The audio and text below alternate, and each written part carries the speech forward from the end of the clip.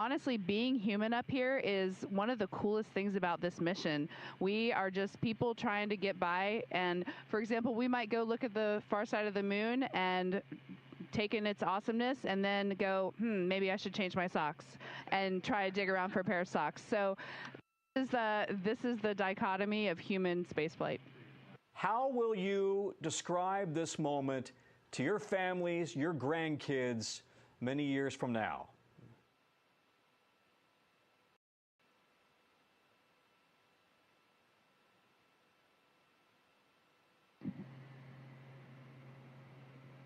You kind of left me speechless with that. I think, it is weird when you're the four humans doing this. We're not doing this for reasons. Jeremy's answer was great. Like, if we can unite the world, that's awesome. But we're just the lucky four that got to be on this mission. We were in the right place at the right time with our international team, and we're up here doing this. I don't think any of us have really thought about legacy or any of that sort of thing. I do think it would be really neat someday if I can sit around with my grandkids, or maybe Ike's grandkids, or Christina's, or Jeremy's, or somebody somewhere, and tell stories of these times up here, because some of them are going to be unbelievable. There's beauty, but there's human elements too, and I just think it'd be fun to share in this human adventure. The key part of human exploration is the human, and coming back and sharing the story, and we're going to try our hardest with every single person on planet Earth. So listen, Al Roker is awfully upset that he couldn't be here. Any messages to Al Roker and the Today Show family? They are watching every moment of this.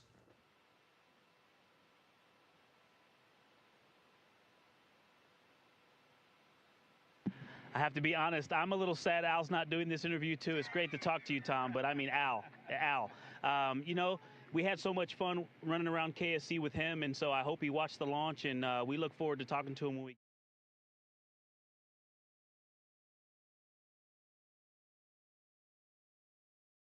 Far side of the moon. Thank you, Integrity.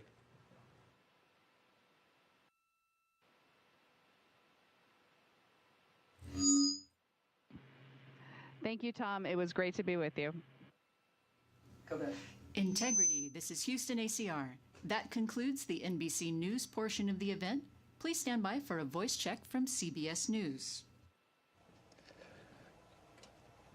Integrity, this is Mark Strassman with CBS News. How do you read me?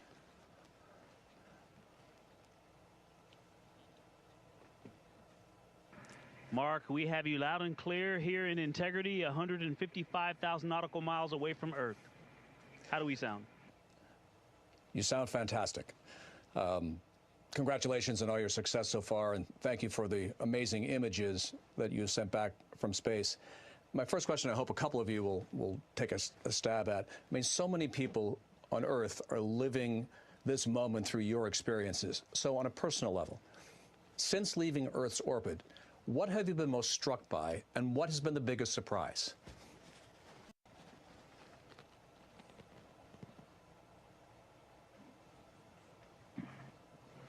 Oh, I definitely think the thing that I have been most struck by was, I'm going to steal Jeremy's answer right here, but on Translunar Injection Day, before we did that translunar injection burn, give me a second for the technical, and then I'll get to the artistic, but we're 38 miles from Earth, and then we got to come down to just 100 miles from Earth and do that translunar injection burn, and then we head out to the moon. And just that entire time, I mean, you could look away from the window and then look back, and Earth was bigger and bigger and bigger and bigger. And finally, Jeremy goes, I'm not sure if we're going to go around it or hit it. I mean, we're going right at the Earth.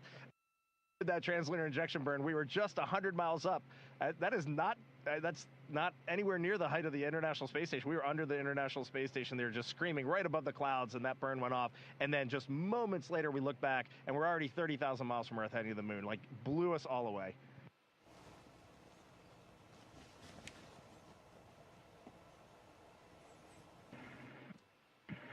Mark, I think one of the things that has struck me, there's so many amazing and so many profound things that we've seen and felt on this mission. But something else that just stays with me is a lot of us were excited to see Jeremy's expression or reaction to looking out at Earth from space, being the first-time flyer. But the difference between Jeremy and someone who's never flown, but all four of us, and someone who's never flown is essentially equal. The three of us space before, I think, feel just as amazed to be up here and to see some of the sights that we've seen. And so even though we lived on space station for a collective 2 years, we have seen and felt things that we have never felt before, from that ride, that wonderful ride on SLS, to being that 38,000 miles from Earth and just seeing some amazing views.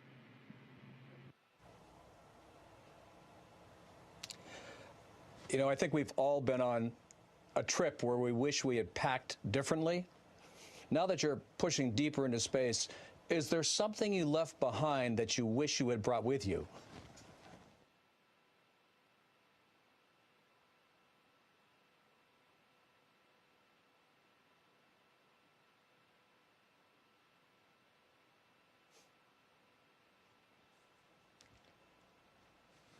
You're hearing a lot of brainstorming in the cabin right now. The resounding answer is we feel very well taken care of. There's not a whole lot we would live without. That typical forgetting your sunscreen or your bug spray on vacation. They thought of everything. We've got it all. My initial response was my family. I would love to have them up here, but then I might actually never come home. And yeah, I really can't think of much. The other joke was we think we had a radiation hit on one of our computers and took it down. So maybe we would have packed a spare computer. Other than that, we're just so well taken care of. In fact, so well taken care of that sometimes we forget. You can easily just get your presence here in the cabin and forget exactly where we are. I want to ask a question for all the young people watching. Take Kruger Middle School in San Antonio. They are studying the science and the engineering of the moonshot, along with what it takes to be an astronaut. What is your message to all the kids watching and fascinated?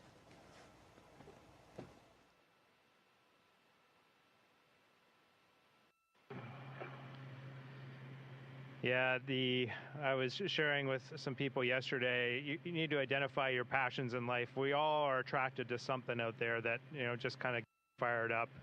And then just to recognize that everybody has something of value to offer. I mean, that is just a true statement. And we as humans, even the 4 people up here doing this, we have self-doubt. We've had it in our pathway as well. And so I know all those youth out there too are thinking, no, I can't do that. Every once in a while, you're going to have that. And so share your passions with others. You're going to be amazed at how they help you.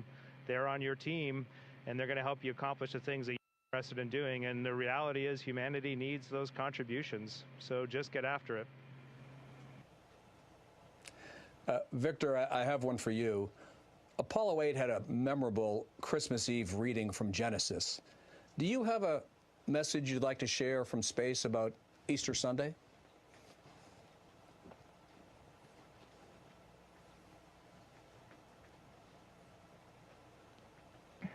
I don't have anything prepared.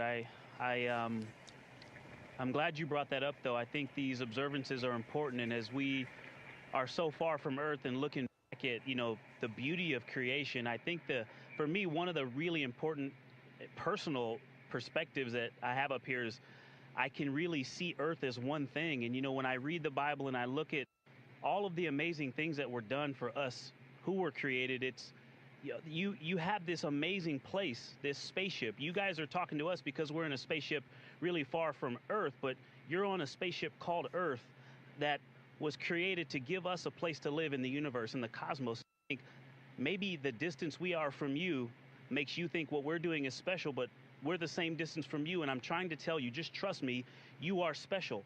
In all of this emptiness, this is a whole bunch of nothing, this thing we call the universe. You have this oasis, this beautiful place that we get to exist together.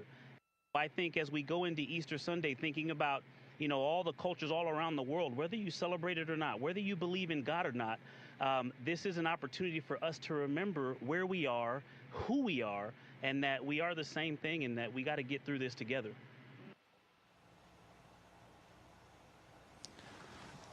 Well, for someone who didn't have anything prepared, that was really quite extraordinary. Another question. During the lunar flyby, you're going to have radio silence for about 40 minutes. You'll be on one side of the moon. Everyone else on Earth will be on the other. You'll be focused on the mission. What do you hope the rest of us are thinking about?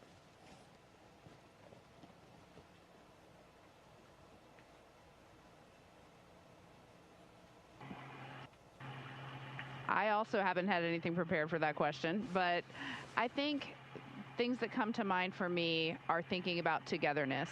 When people talk about that Apollo 11 first moon landing, there's the two that landed on the moon, and then there's the one, Michael Collins, stayed in orbit, and he did orbits around the far side of the moon alone with those losses of signal.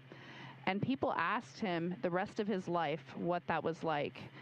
And in the end, for me, it leads back to gratitude. Gratitude that out of this huge universe, we get to live together on Earth, planet Earth, and what an anomaly that is. When I saw Earth for the first time on its own out the window, I was struck by the blackness around it. If you can just think about what it means to be together and what it means to be apart from your loved ones during that time and reflect on that, maybe we'll all come to a realization. We've all watched a waxing moon from Earth. What's it like to watch the moon grow from space?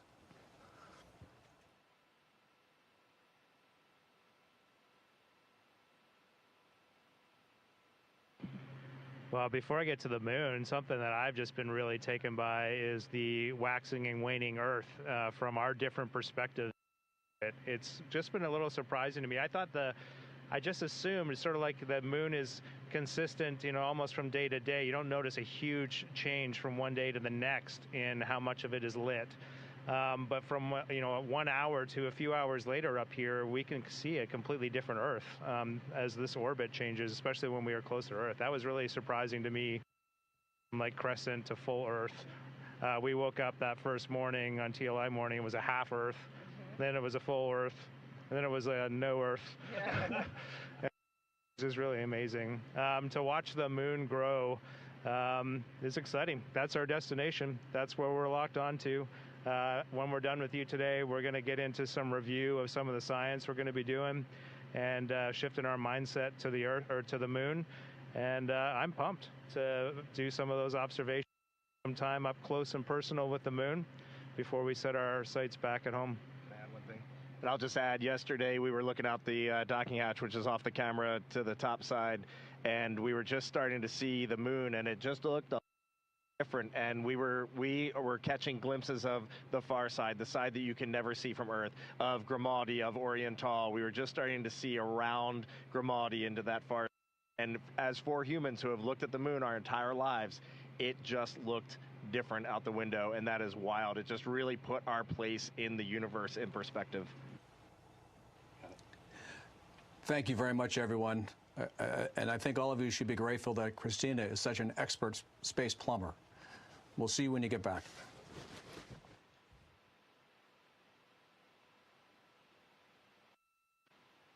We are. Thank you, Mark. It was great talking to you, and we are grateful. Take care. Integrity. This is Houston ACR. Thank you. That concludes our event.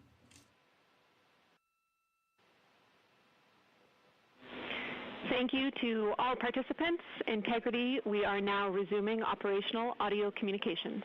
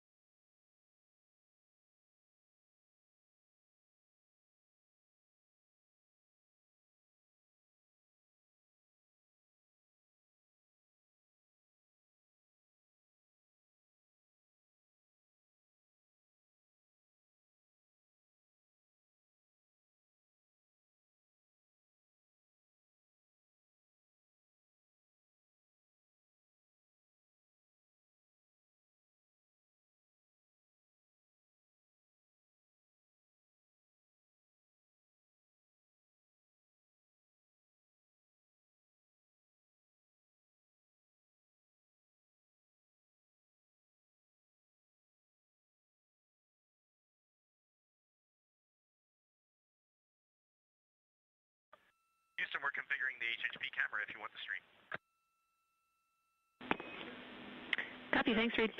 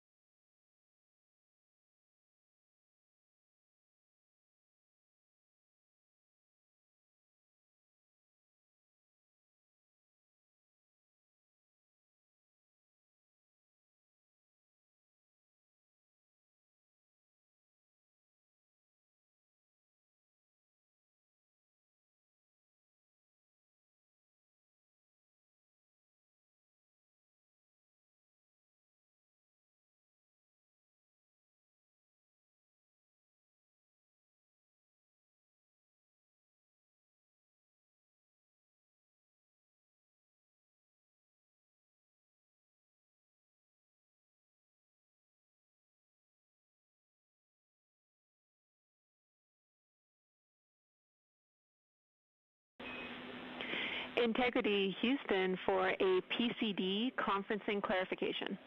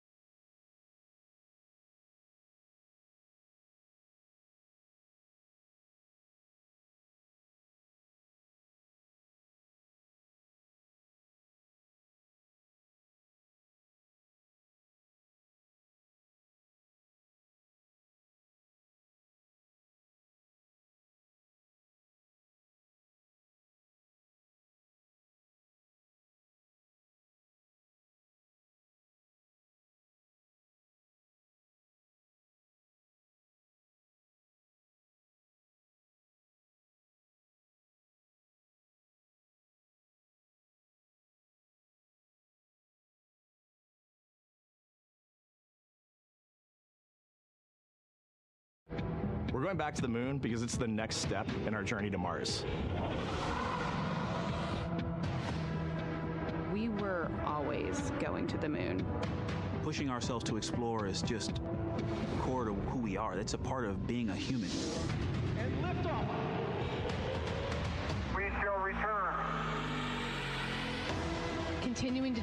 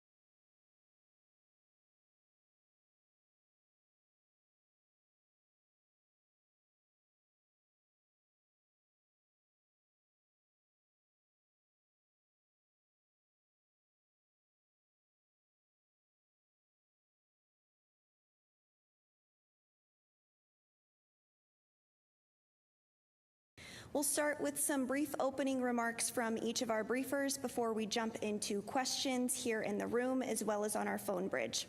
If you are dialed into our phone bridge, please press *1 to submit your name. If you feel your name has been called already, please press *2 and you can withdraw your question.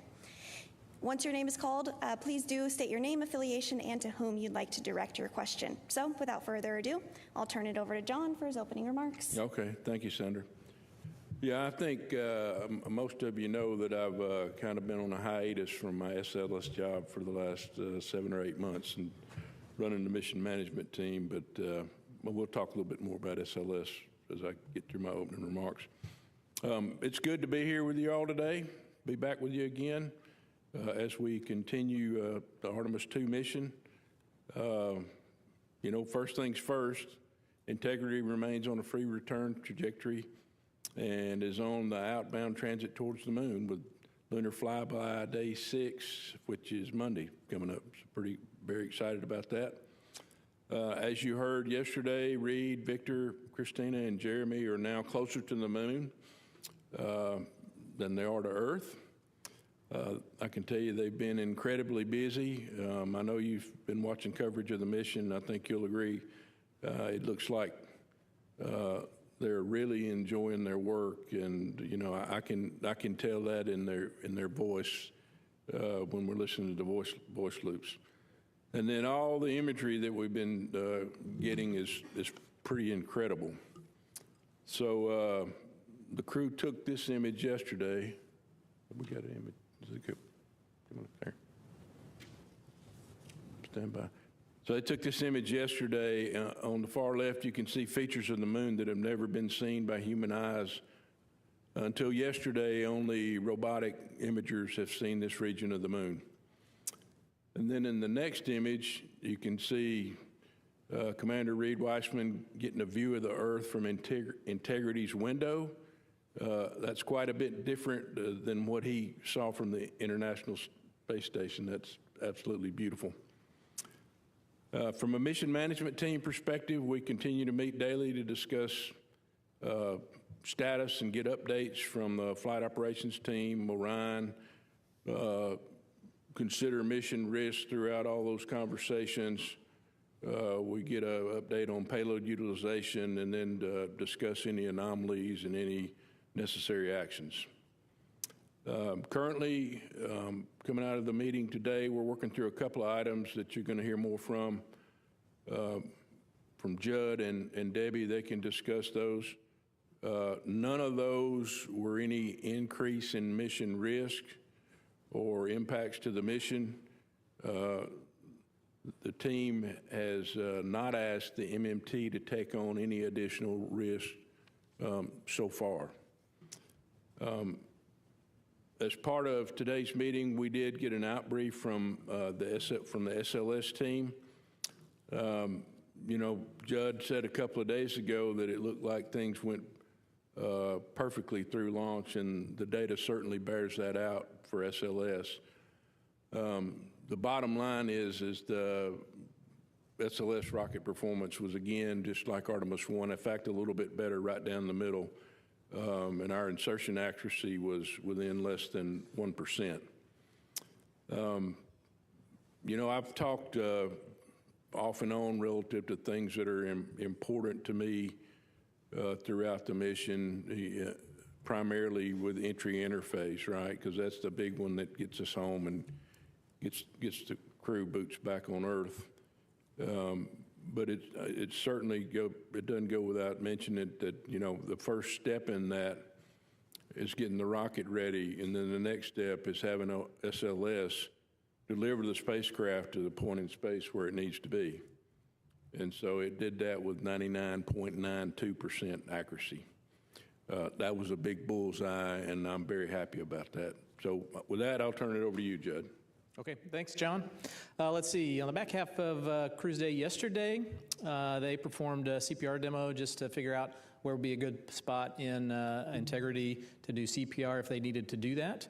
They had a public affairs outbrief. We also did a test of the search, acquire, and track mode of the Orion communication system. So that's if Orion, for some reason, loses its pointing knowledge, then it can go acquire communication with Earth on its own.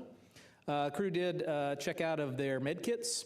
They did some also a Nat Geo event there. They also had, we also did a DSN emergency comm test again to test out the ranging on the emergency comm system to make sure that was all working, everything went well. Jeremy also had another CSA public affairs conference, planned medical conference. During the night, we tried to vent the wastewater tank that's attached to the toilet. We had problems with that due to suspected blockage, we think probably due to ice. So we directed the crew overnight to use their collapsible contingency urine devices, just like they did on flight day 1. Let's see, this morning we had our normal planning conferences. We also had the private family conferences and also the private psychological conferences that were planned. Additionally, we did we're going to do another test of the PWD and take videos of that just so we can get that data to the engineering teams. The planned trajectory correction for today, OTC-2, was canceled because, again, Orion is doing such a great job. We had great insertion accuracy. We had a good TLI burn, so we ended up canceling that. A benefit of canceling that too, side benefit, it allowed us to put Orion space capsule in an attitude that will put sun on the vent of that wastewater tank to see if we can try to heat that up and get that wastewater vented. We were partially successful. We got about half of the tanks out of half of the urine out of those tanks. So we'll continue to troubleshoot on that. Later today, we'll do the manually piloting demo part 2, which will test out the 6 degree of freedom versus the 3 degree of freedom modes of the capsule, so we can get detailed information on how those behave. We'll also, the crew will videotape the exercise device so we can get engineering data on how that exercise device is working. We'll also do another VIP event for the Canadian Space Agency. We'll do some imaging, taking pictures out the window, and then the crew has their planned medical conferences. That's all I have, and I'll hand it over to Debbie, and she'll talk about the Orion systems. All right, thank you, Judd. So yeah, I'm pleased to report that the Orion spacecraft, it's in very good health, continues to operate nominally on its way to the moon, so there's no major anomalies that we're working at this time. I'm going to pull up the first image, if you could, of the exterior view of the spacecraft.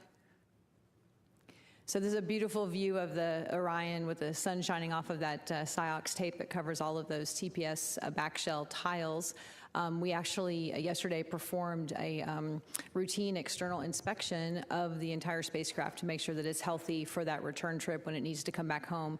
And again, please report, found no damage to any tiles, no major tape removals or anything, so it looked really good. We did side-by-side comparisons to Artemis I. Actually looks quite a bit better than even Artemis I did at this point in the mission. We also, this image here, I guess I should mention, is from our optical communication system. So it's been downloading gigabytes of data throughout the mission. So this is one of the high resolution images that we got of Orion throughout the day so far. Let's see. We are still continuing to troubleshoot the urine venting, as Judd mentioned. I did have a partial successful venting after the maneuvers that Judd mentioned, getting some sunlight on that vent. The vents are located, the primary vent's located near that umbilical, that white block you see at the bottom there between the crew module and the crew module adapter. And so we think it's probably been seeing more shadow than anticipated. And so by heating that up, we were able to get some of the urine out, but clearly didn't solve the whole problem. So continuing to troubleshoot that. Should mention, this is a common occurrence. We saw these kinds of events on shuttle as well. So we have some tools in the toolkit. We'll be looking out on what else we can do there. The toilet itself is operable. This is a test flight. We're figuring out how all these systems work together, but it is operable, and we have redundancy to get us through the mission. Let's see. I guess we'll go to the next photograph. This is actually inside the spacecraft. It's maybe a little dark to see. We had the crew members turn the lights off or down low so they can actually take some really great images out of the windows. So I'm not sure if you can see, but I think Jeremy may be taking some photographs out the window, and Christina's back there working on the PC on her laptop computer. So anyway, a beautiful view of the inside. Most of the daytime pictures we see are really lit up, so it was nice to see the crew performing some of the other operations in the capsule. So I guess the spacecraft continues to operate nominally. Our team remains hard at work, making sure we're testing out all of the systems, getting through all the flight test objectives, and continuing to work the minor things that we have on our list. So with that, I'll hand it over to Kelsey. Yeah, really pleased to be here today. We're now 2 days away from the lunar flyby, which is planned for Monday. So as we just heard earlier, the moon is now closer to the crew than the Earth is. So we're really gearing up to support the flyby. April 1st was an exciting day to launch because we have some really exciting observations planned for the day that the crew will actually fly by the moon. I actually have a visual video to show you guys of, in just 1 minute, the entire several-hour flyby. So if you could pull that up, that'd be great. When they start the flyby, they'll be able to see big chunks of the near side. That's the side that we can look up at night when they're observing the moon, and be able to see that near side as well. As they get closer, they'll start to focus on that near side, far side transition. Again, the far side is the side of the moon that always faces away from our own planet. So as they get closer, they'll be able to see features that human eyes have never before seen. Earlier, Orion was mentioned. This was a really exciting scientific destination. They got eyes on it yesterday from pretty far away. They'll have an opportunity during the flyby to spend a lot of time checking it out. You see Earthset where Earth disappeared behind the far side of the moon, and you're about to see it pop out the other side, of course, in Earthrise. And then a really interesting opportunity we have for Monday's flyby is we will actually, from the vantage point of integrity, the sun will pass behind the moon from their perspective, creating a solar eclipse from a perspective that is very, very unique to this mission. It will be a roughly 53-minute eclipse, and then they'll see sunrise where the sun pops out the other side of the moon. There's a lot of science objectives baked into what the crew are going to be doing during the flyby. Those science objectives were developed by our lunar science team. I think we can go to a video of where the lunar science team is currently stationed in Building 30 across campus here in the science evaluation room. We developed a set of 10 lunar science objectives that were based on our lunar science and planetary science driving questions in lunar and planetary science. And as a result, we developed a targeting plan for the crew to follow on Monday. They're actually reviewing that plan today. They all have about an hour book kept on their timelines to review the plan for Monday, and we're looking forward to hearing their observations and ultimately, of course, seeing the photos that they downlink.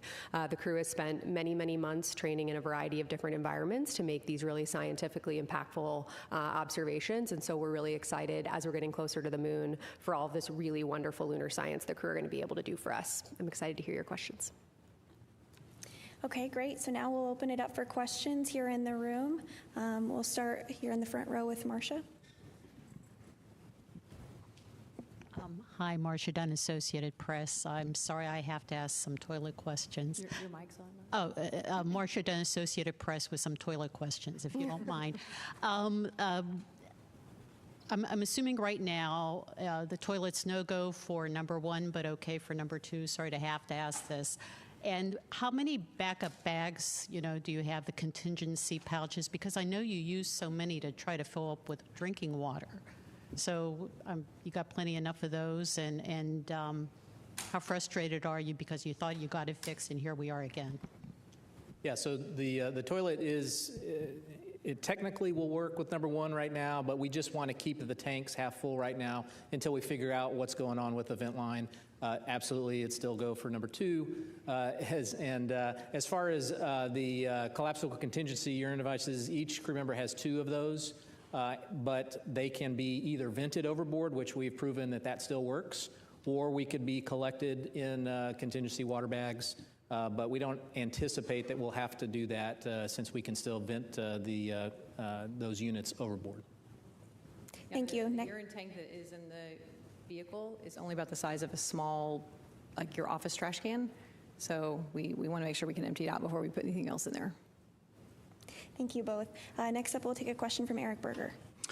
Hi, Eric Berger, Ars Technica. 2 questions. I guess the first one's for Mr. Honeycutt. You guys come out here and everyone's sort of calm, and we see on the video things are calm. Can you just kind of take us inside the MMT or sort of behind the scenes and just talk about, is everything kind of as calm sort of as it appears? Like, is everything under control? Because, if I go back to sort of the shuttle days, it was kind of the same kind of thing, but behind the scenes, you find out that it's fairly frenetic. So I'd just like to get a little bit of sort of view of, because it looks like you guys, it looks like things are going really well. And then a question either for Judd or Debbie. You mentioned the 6 DOF and 3 DOF control tests today. For Artemis 3, Artemis 4, a nominal mission, how much of the flying on those missions will be manual versus do you anticipate it being almost all automated unless there's some kind of contingency necessary? Thank you. Yeah, so,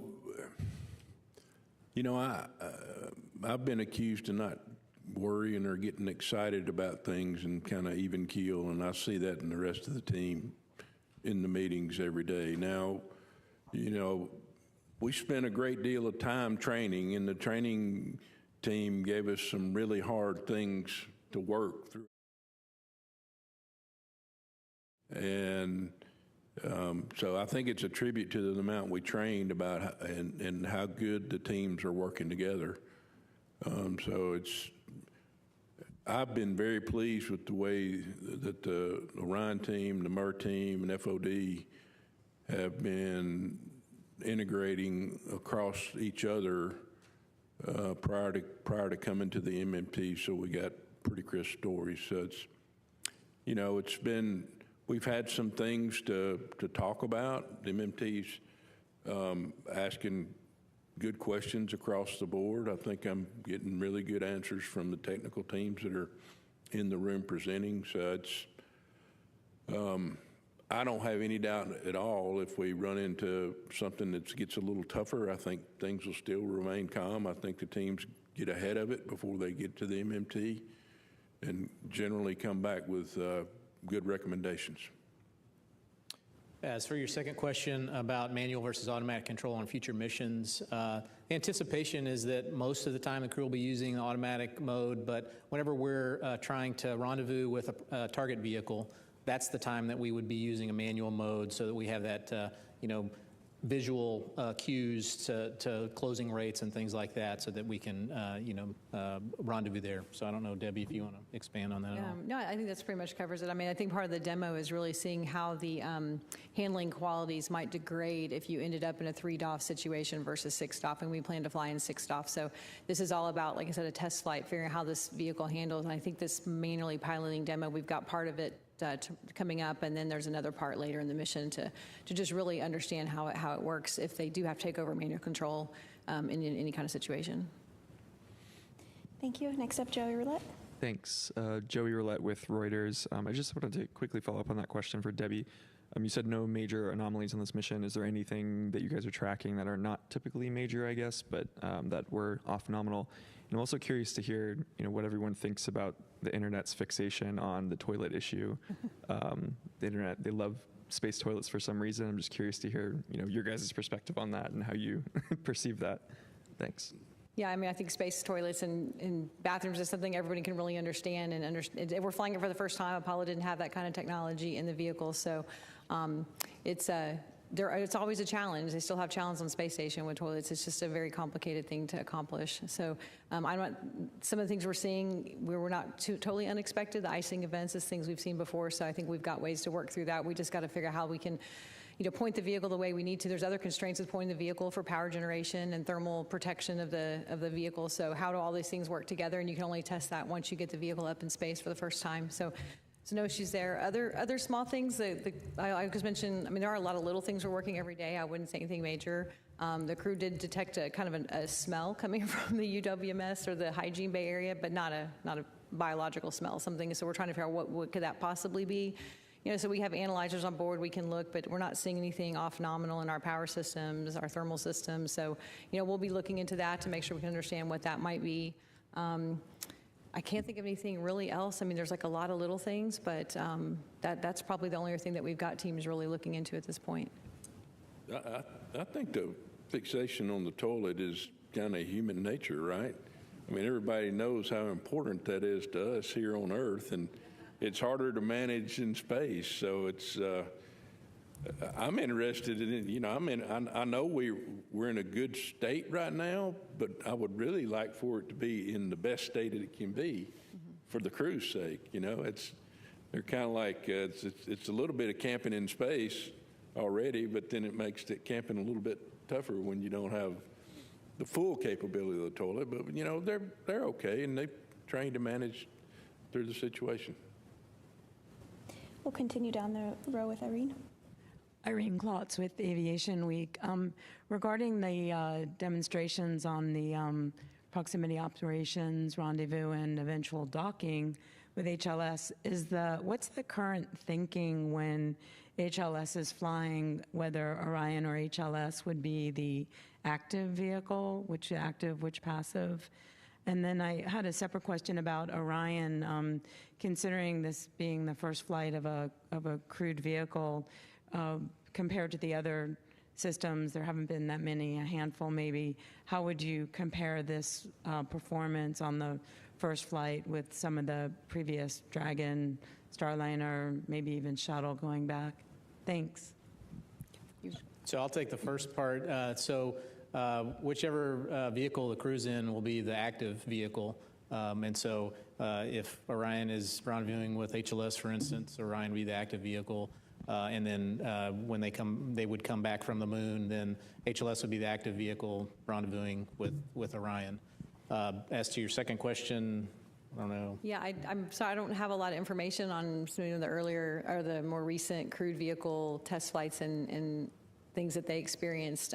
I would say Orion's performing remarkably well. So we are pleasantly surprised. We're hoping that this is what we were going to see, but we did fly a lot of redundancy in our systems in case we didn't. So as far as those comparisons, I'd probably have to defer to someone who knows more about what happens, directly in Dragon and those other vehicles. Okay, our next question's here in the front. Hi, Philip Sloss. One question for Judd. Are you going to plan on doing an OTC-3 burn, or is it possible to delete that as well? And then for Dr. Young, just to clarify, the eclipse, the 53-minute long eclipse, where is that in that 3-hour flyby window? Thank you. So currently, OTC, the outbound trajectory correction number 3, we do plan to do that based on our current numbers. So. And we'll do that with the SM reaction control system. And the eclipse, so the fly-by-day profile will look like a roughly 5-hour period where the crew is observing the moon. Like in the video you guys saw, they'll see the illuminated surface of the moon. And then a short time after Earthrise, we will kind of have a break in lunar viewing attitude where they'll be doing some other tasks before then pivoting back to look at the eclipse. So the 53-minute eclipse is roughly, an hour after Earthrise at the end of the flyby window. Thank you. Next up, Jackie. Hi there, Jackie Waddles with CNN. Another question for Dr. Young. I just wanted to ask, because the president's budget request came out yesterday, and we saw another proposal to cut 47% of NASA's science budget. I just wanted to ask you, how are you thinking about how that changes the agency's science initiatives and even some programs that help support Artemis, even though I know Artemis had an increase in funding. And also would just love to know how that's affecting employee morale and what you're doing to kind of keep employees happy. Thanks. Our briefing today is focused on Artemis II. Our budget numbers are available online at nasa.gov/budget. If you guys have any additional questions, you can reach out to Public Affairs after about the budget. Thanks. Let's go to another question in the second row. Yes. Thank you. Tarek Malik with Space.com for Dr. Young. When we spoke back in September, there was a lot of uncertainty about what the crew would be able to see during the flyby coming up, and I imagine that kind of came down to the launch on April 1st. So I'm really curious, given that they're going through their targets today, their geography and whatnot, what you are hoping, I guess, to see, or what they're looking at the most in terms of what they have to practice, and then how do you keep them not looking at the moon outside of that 5-hour period as they're on approach and on the way out? Thanks. Relatable question. Absolutely. So it was a really interesting challenge, and we did speak back in September about how to scope the flyby, given that, what targets will be visible to them are entirely dependent on when exactly they arrive at the moon, right? At any given moment in time, 180 degrees of the moon is illuminated and 180 degrees is not. And so what we did was we actually built a list of targets or features on the lunar surface for the entire 360 degrees of the moon, because we knew that once they launched and we realized when they'd get there, we'd be able to narrow down what was visible and from there prioritize based on our science objectives. And so as we were getting closer to this April launch window, we were building out that target list of how we would prioritize, launching throughout the April launch window. And then ultimately, of course, we launched on April 1st. So actually yesterday, the science evaluation room, the room that was showed earlier on screen, you can bring it up now again if you'd like, they were working to basically finalize that list of lunar targets that will ultimately go up to the crew and be executed on Monday. So what the crew are studying today is like the 80% solution. It's a study guide, and then tonight the final targeting plan will get uplinked to them, and they will review that prior to the flyby on Monday.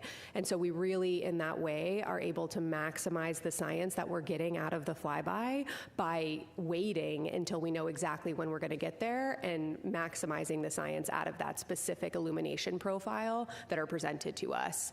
So I'll say that, the last part of your question about kind of where has the most effort gone into, I'd say we had done a lot of planning for months on the targets of interest on the illuminated lunar surface. The eclipse, we really started to focus on in the last few weeks. And so we put a lot of effort into fleshing out those prompts, because ultimately the crew, to execute this plan, will be looking at their lunar targeting plan on their crew tablets and executing target by target by target based around prompts that the science team provides to them. So we put a lot of effort in the last several weeks into eclipse planning, in addition to continuing to flesh out the lunar targets in their own right. We are going to take a few questions from our phone bridge next. If you are on the phone and you have a question, reminder to please press *1 to get into the queue. We'll start with Nell Greenfield-Boyce with NPR. For taking my question. This is another science-related question. You talked about maximizing the science. Could you talk about, actually the science questions that you want to address, for example, with the eclipse? I'm not clear. Have people seen an eclipse like this before? And if not, what will the astronauts be able to contribute that would tell you something about, the sun? What are the actual science questions? And similarly, with the lunar targets, I guess, people on the street might feel like, well, don't we have a lot of pictures of the moon and orbiters and things like that? What are the actual questions? What is being maximized in terms of what you'll be able to know based on what the astronauts are doing? Thank you. Oh, I'm so glad somebody asked me about science objectives. Absolutely. We have, like I said, 10 lunar and planetary and solar system science questions for the mission that ultimately feed our targeting plan. So I'm going to take your question in two halves. The first part of your question was eclipse focused. Yes, Apollo crews saw similar eclipses, which again, in this context, means that from the vantage point of the crew capsule, the moon is blocking the sun from view. What's different about the eclipse for the crew here is that, for us, I don't know if any of you saw any of the total solar eclipses over the last few years. Actually, we're coming up on the 2-year anniversary of the North American eclipse from 2024. What's unique about viewing eclipses from the Earth's surface is that from our vantage point, the moon and the sun in the sky appear approximately the same size. And that's why you can see that beautiful ring of fire when the moon moves, takes center stage in front of the sun. Of course, Integrity has a much different view than we do. And so the moon appears much, much, much larger in their view than it does from us here on Earth. And so that's why in that visual you saw earlier, the sun appears as a relatively small disk. And that means that instead of the ring of fire eclipse that we see here on Earth, they'll actually see the solar corona, but only part of it. And so we have science questions designed around looking at solar activity at the time of the eclipse. And so they'll actually be able to make, unique observations on Monday, April 6th, and what the sun is doing at the time.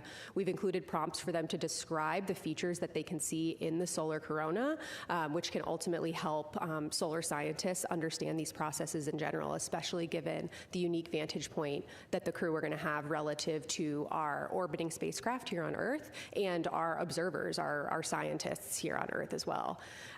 Jumping to the second part of your question on just non-eclipse related science and lunar science, we took our driving science questions from our community documents, our Science Mission Directorate decadal surveys, which represent the highly prioritized science objectives that the entire community are driving toward.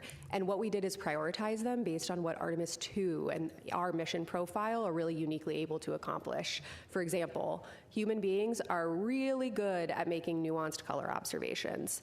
We have amazing camera data from decades of orbiting spacecraft, Lunar Reconnaissance Orbiter. I'm based at the Goddard Space Flight Center. I love LRO and all the data it's been able to tell us about lunar science. However, the human eye, especially when it's connected to a well-trained brain, which I assure you these 4 people have, are capable of just in literally the blink of an eye making nuanced color observations that Apollo observations told us can tell us something scientifically.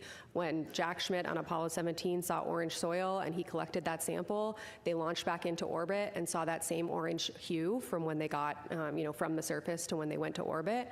That told us something that volcanic processes were active on the lunar surface much more recently than we had expected before.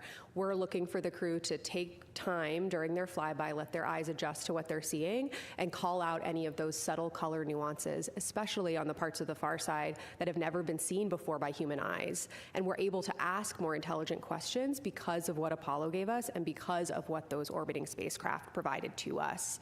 Another example, and I swear I'll stop soon, you've got me all excited about the science, is photography.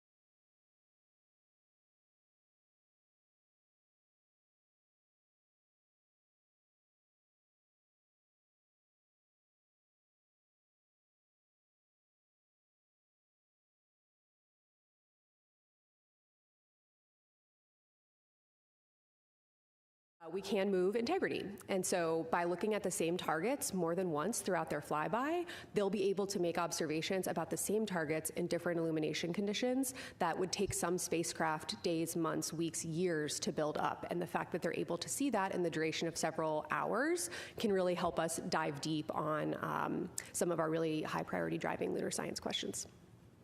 Thanks, Kelsey. Next up, we'll go to the phone bridge. We have Lauren Grush with Bloomberg. Hi, thank you so much. I think this question is for Debbie. I wanted to check back in about that isolated helium feed that was brought up yesterday. Just wanted to make sure that second line is still holding up okay. And I think I was a little confused about the answer that was given on the redundancy of that system if the second helium feed that's being used right now goes down. What did it mean that you don't need to regulate? I'm just wondering if I could get some more clarity on that. Thanks so much. Sure, yeah. So as mentioned yesterday, I believe we did isolate one branch of our MON line as a part of the SM prop system. And we have not exactly determined what is happening there. We saw a little bit of pressure rise, which was higher than, or not in family with what we had seen in previous testing, and so we isolated that branch. The secondary branch is completely redundant and is completely operable right now, so we have no concerns about being able to operate the prop system. The remaining burns that we have actually don't require the helium pressurization into the MON system tank. The MON system tank is now holding an amount of helium that it already needs. It backfilled the prop it already used up with the helium, so it's already primed and be ready to go for the remaining burns that we would need. If we did have an issue on that branch, we can always go back to the other branch. Using the other branch is not precluded just because of this item that we saw, this feature. We just decided to isolate that one and use the from a health perspective, use the healthiest branch for any remaining burns. Those burns are really small. I'm sure Judd could speak more to what we have left to do, but that's why we said we don't need the helium pressurization anymore, because the MON tank already has the pressure in it that it needs to execute the remaining burns with, I think, 4 to 5 times more than we would actually need based on the predicted burns. Yeah, I'll add, so the trajectory corrections that we have, we skipped the first 2. We got 4 planned remaining. Each one of those we budgeted maybe 30 seconds or so for, and we're really only seeing we only need probably 10 seconds at most, and so we've got plenty of ullage is what we call it. So plenty of pressurization in the system to not have to use the helium, even if we had a problem with the secondary line. And I guess I should also mention we are also protecting for an off-nominal type abort situation. In that case, you may have to use a pressurization system, and the second branch is perfectly healthy to accommodate that as well. So we have not lost any redundancy or fault tolerance in our system. We decided to isolate the one branch that we didn't like the behavior and proceed with the rest of the mission on the secondary branch. We'll take one more question from the phone before coming back into the room. Next up is Joseph Howlett with Scientific America.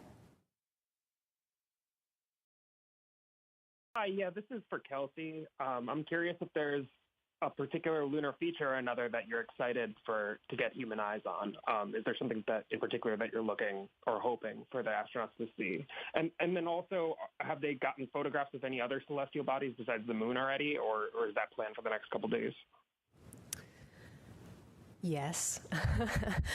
If you ask, 100 lunar scientists what their favorite features are, I'm sure you get 100 different answers. I think I'll maybe cheat and give a couple. I think Oriental is obviously extremely compelling. This is an impact basin that plays such a critical role in not just lunar science, but in planetary and solar system science. It's the type impact basin we use to understand impact processes across the solar system, which is one of the most ubiquitous processes across the entire solar system. And we've never had human eyes on, by far, the majority of it. I will say, a little bit closer to home, the crew is really excited about that target, and they're really excited about, understanding its significance in lunar science and planetary science. So I'm really eager to hear their descriptions specifically of Oriental, just given the excitement that the lunar science team has and that the crew has. We also, when we were training the crew, we gave them a Big 15 lunar geography challenge. So we gave them 15 features across the entire surface of the moon that at any given time, no matter when they launched and what the illumination was, they'd be able to see at least 5 of them at the time. And so if you can, know these 15 features, you will always be able to orient yourself on the moon. One of our targets that they'll actually look at twice on Monday is Ohm Crater. That was one of the Big 15. They've used it as sort of this, quizzing themselves. We actually literally made them flashcards for understanding lunar geography. And so I'm excited that Ohm made it into the targeting plan and that they'll actually get to see it twice under different illumination conditions.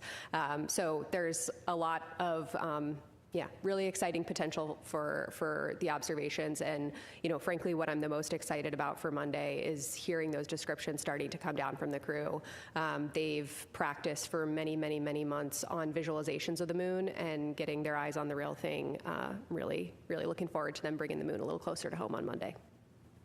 Next up, Will. Hi, Will Robinson-Smith with Spaceflight Now. Thank you all for taking the time. Question for John Honeycutt. In your mission management chair role, we heard early this morning when the crew first woke up, early days, but it sounded like there may be some weather in the splashdown zone that's being watched at this point. I wonder if you can give us the assessment at this phase of the mission, how the splashdown recovery is looking, and then putting your SLS hat back on. You mentioned earlier in your remarks, the rocket performed pretty straight down the middle and even better than Artemis I. Even given that, are there some tweaks or finesses that you'd like to see between this rocket that just flew and the rocket that will fly on Artemis III? Thanks.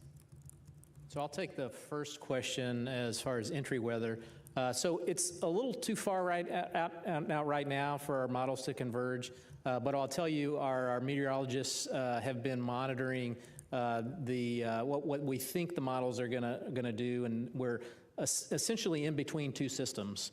And if those systems either speed up or slow down, then we might have a case where the weather might not be good in the San Diego area, and we might have to go a little bit more uprange into the Pacific. But again, those models it's too far out to know that. So we'll get better models Monday or Tuesday, and so that's when we'll plan to send the recovery ships to the proper staging area in planning for entry. And so, John, you want to talk about them? Yeah, it's still a little bit early in the data review process, and so the numbers that I've got right now are based on the limited amount of data that we've got.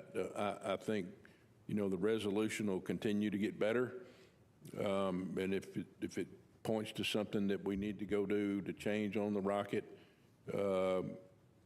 we'll go do it. And for instance, we had to we learned something in Artemis I, and we went and put the strakes on Artemis I, and they did their job fantastically. So we'll be vigilant going through the data, and whatever the data turns up, and we need to address it, we'll be ready to go do that.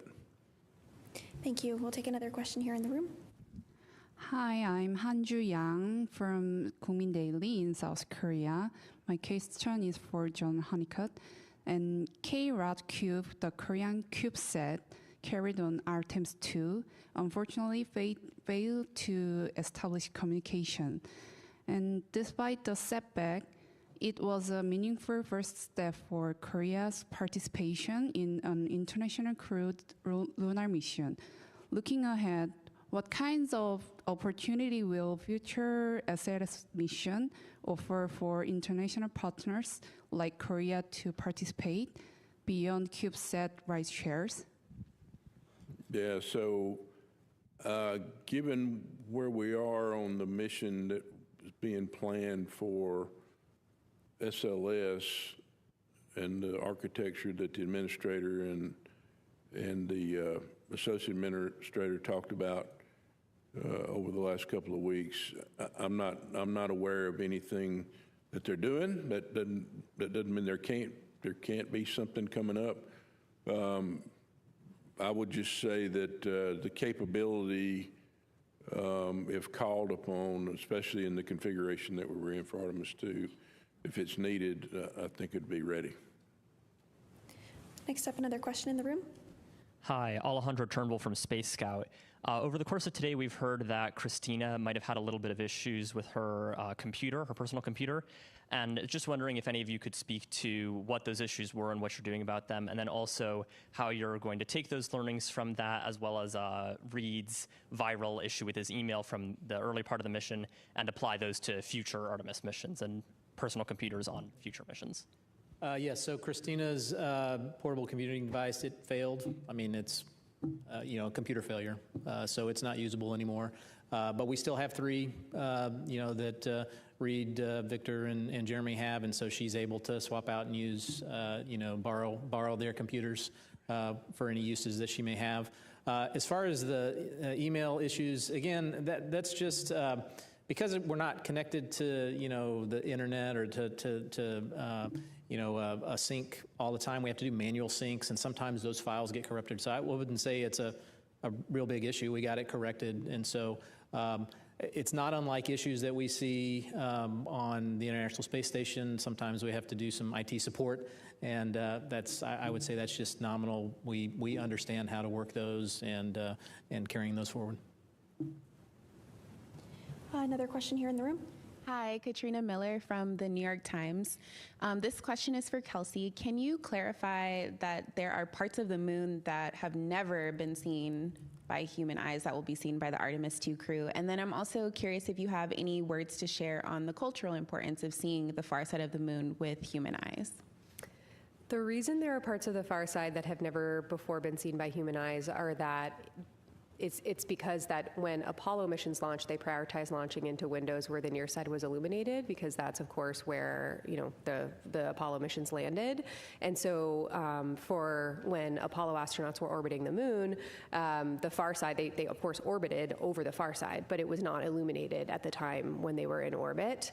Also, they flew much closer to the moon than Artemis II will fly, and therefore the horizon views of their spacecraft did not permit them to see the poles. And so we have a really unique vantage point with the Artemis II mission where the crew will actually be able to see the whole lunar disk. This means that they'll be able to see the poles, and they'll also be able to provide scientific context for their observations.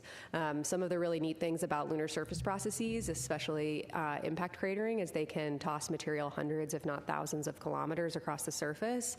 And because of this unique vantage point that Artemis II has, which is so much farther away than we experience with Apollo, they'll actually be able to provide context for those processes that are so influential across the entire lunar surface, where one crater in the northern hemisphere can shed material all the way down into the southern hemisphere. We're looking forward to the unique views.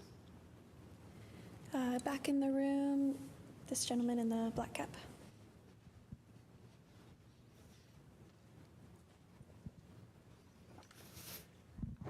Thanks. Robert Coppinger from the British Interplanetary Society Spaceflight magazine. I have a question for Debbie Korth and a question for John Honeycutt. The question for Debbie Korth is, which future Orion vehicle will be the first to benefit from changes mandated from the evaluation of the Artemis II, performance of Orion on Artemis II? And for John Honeycutt, you have less than 2 years before SLS is to launch with the Centaur upper stage. Can you give us an idea of what are the most important technical milestones between now and the launch? They have to be met in order for the Centaur to be integrated into the SLS to carry another crewed vehicle. I'm sorry, in what stage are you talking about? The Centaur. Oh, the Centaur, the Centaur stage? Centaur, okay. Yeah, Centaur, okay, not yeah. Centaur. Centaur stage, yeah. So, when I took this mission management team job, we were in the beginning stages of already kind of starting to look at that. So we've looked at it from a perspective of what kind of adapter we would use for it. Right now we use the launch vehicle stage adapter to adapt to the ICPS, which is basically the old Delta stage, right?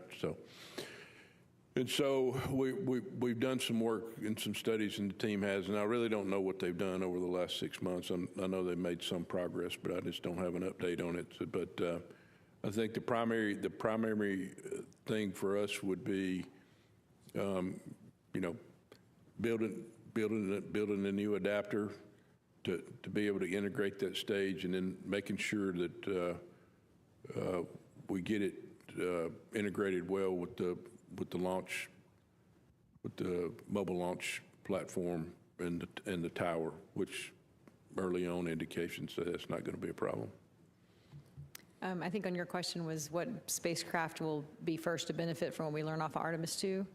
And I think it probably depends on what we learn. I mean, we anticipate we'll learn things that will feed into Artemis 3. So we have Artemis 3, 4, and 5 spacecrafts all in various stages of production at our factory at the Kennedy Space Center. So we are within the first, shortly after the mission, getting the data back, within 60 days, have the flight test report that we can look at and say, what did we learn, and start seeing where we can feed it in. So, depending on if it's something super critical, we'll force it into 3.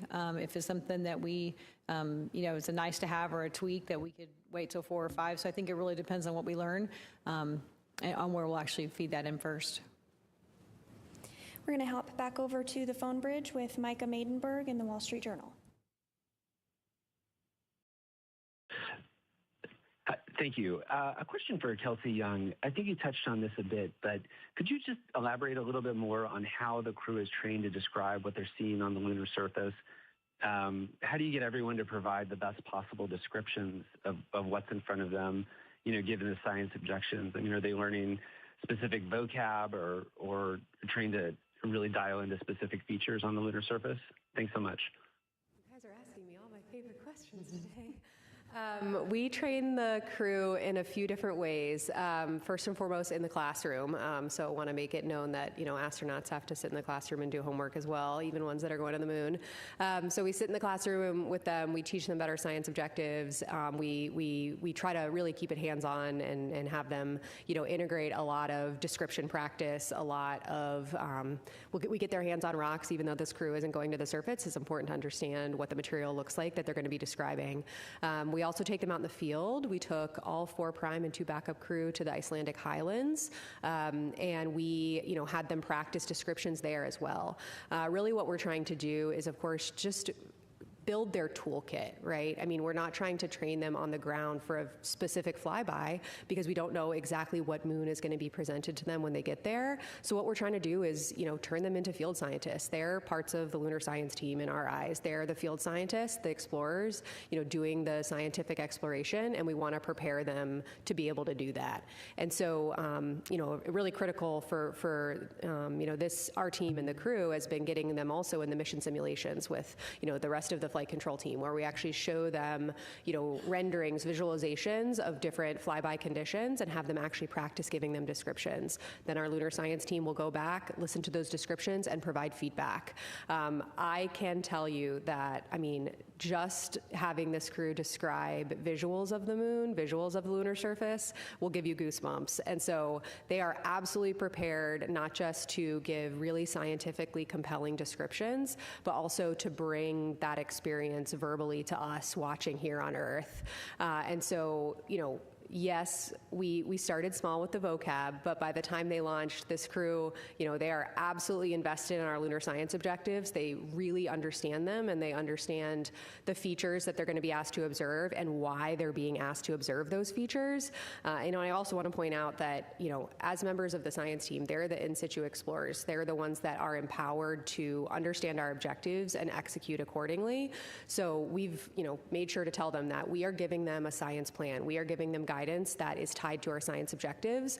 Our science objectives. You can feel free to flexibly execute that plan if you see something else that pops out to you. And to encourage them to do that, we also have some targets built into their lunar targeting plan that are called crew choice. So they get to choose their own adventure and what pops out to them as the scientists doing the exploration. And the last thing I'll say is that, the morning, the crew morning after the flyby, we'll actually have a crew conference with them specifically focused on science. And to us, that is not a debrief, that is active data collection. The same way field scientists in the field, they take notes, they describe what they see, they have to sync together before they head back to the lab and forget everything, the nuanced observations from when they were actually doing the data collection in the field. So we are really looking forward to that crew conference where we can ask them follow-ups, we can synthesize, have a synthesis discussions on what they saw across the entirety of the flyby. We've actually simmed this, practiced this a few times with them, and just having 4 brains on the discussion at the same time so they can kind of build off of each other is really scientifically impactful. So this crew is absolutely ready to deliver on the lunar science objectives, and the lunar science team is just trying to set them up for success the best we can. Our next question on the phone bridge is from Leo Enright with Irish Television. Thanks very much. I'm a TV guy, so I'm interested in the TV pictures. I was wondering if somebody could talk about what we might expect in terms of live television during the flyby. I mean, I assume the optical comm system won't be available. It'll be turned in the wrong direction, I presume. But, I mean, will we get the SAW camera imagery, or will the crew be shooting stuff out the window, or what can we expect? Yeah, I think I'll be back tomorrow to talk about the details of the flyby itself. But the quick answer is that yes to all of those things. So we will be getting SAW camera video streaming during the flyby, except of course the loss of signal when they go behind the moon. We will also be hearing from them several times an hour verbally on what they're seeing out the window. So really looking forward to hearing those descriptions in real time. They'll be recording the rest on board, but we'll hear a few times an hour from all of the crew members on what they're experiencing. And for parts of the flyby, we'll actually be able to go on board with them with that camera you guys have been seeing over the last couple days. I will say that most of the lights will be off inside the cabin because that's how we get good imagery of the moon, but we will be able to kind of take that ride along with them. And yes, they will be taking pictures. They'll actually be using 3 Nikon cameras, 2 D5s and 1 Z9, each equipped with a different zoom lens to capture, varying features. We pick the lens that's best for the objective. So you'll be seeing a lot on Monday, real time, and tomorrow I think I'm on tap to explain a little bit more about how the crew are structuring themselves during the flyby and a little bit more about what we're going to be seeing. And I would add that the optical comm is only really available during the crew sleep period, so don't expect the high-res video, but you will have, as Kelsey mentioned, the SAW cameras through our nominal low-rate video. And we're looking forward to take advantage of that optical comm to get down some great photos overnight. All right, we'll go to another question here in the room. Jerry Rothwell from Lightbox. You mentioned you were tracking the burning odor that Jeremy Hansen mentioned this morning. I wondered if you could say a bit about what the possible causes of that were and whether they're a concern. Yeah, you meant the dusty heater smell. Is that what you're referencing? Yeah. So that was the smell I referenced, that we had some report of a smell that we don't understand where it's coming from. So we did actually look at our power data, our heater data. Nothing looks anomalous. We have an anomaly gas analyzer that we can use to check the constituents of the air. Nothing showing up. So we don't know exactly yet. We're still troubleshooting where that might be coming from. The teams are looking at some data we had on the ground where that same similar type smell had been reported, and think it might be more mechanical in nature, some tapes and some other materials that might be off-gassing, but really early in that investigation, so don't think there's any hazardous condition. Those gas analyzers have come back with everything fine. So just trying to figure out what could possibly cause them. So the teams now are looking at some ground testing we can do with some of these materials to see if it really is what we think it might be. Also sending up an additional questionnaire to the crew to get a little more details on what they smelled and when and how that correlates with other activities that were going on at the time, see if we can have any correlation between other events and that smell that they noticed. So we're still in the middle of investigating. Another question here in the room. Hi, Dan Lenahan with the Naval Postgraduate School of the U.S. Navy. And I have a couple questions about flight testing. And I guess in orbit, they did a spacecraft flight test, and they're about ready to do another one tonight, like you mentioned. And Reed and Victor are both naval aviators and test pilots. And maybe you can explain a little bit, why they were chosen for this mission, their expertise and what qualifies them to fly this first mission, and a little bit about the envelope expansion that they'll be doing. So yeah, as to the reason why they were chosen, exactly because they were test pilots, right? And so that is a key aspect of understanding a new vehicle, is the handling characteristics, and so they speak that language. I guess in terms of expanding the envelope, it'll be the first time we're actually flying the spacecraft. And so, during the RPOD demo that was earlier in the mission, we got great verbal feedback from Victor on every step of that demonstration, and understanding, is the vehicle responding the same way the simulators do that we're doing on the ground? Is it, the same kind of response time and feel of the vehicle, so we can improve the simulators if we need to better match the vehicle and make changes there. So getting that verbal feedback from him on how it's performing and how that matches our expectations and our models and our simulations is what we'll use to see if we can expand the envelope at all.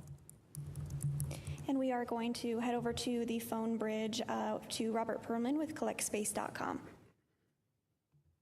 Hi, for Dr. Young, I know the far side is the prime focus, but you said at in watching the visualization that they would have some time with the lit near side.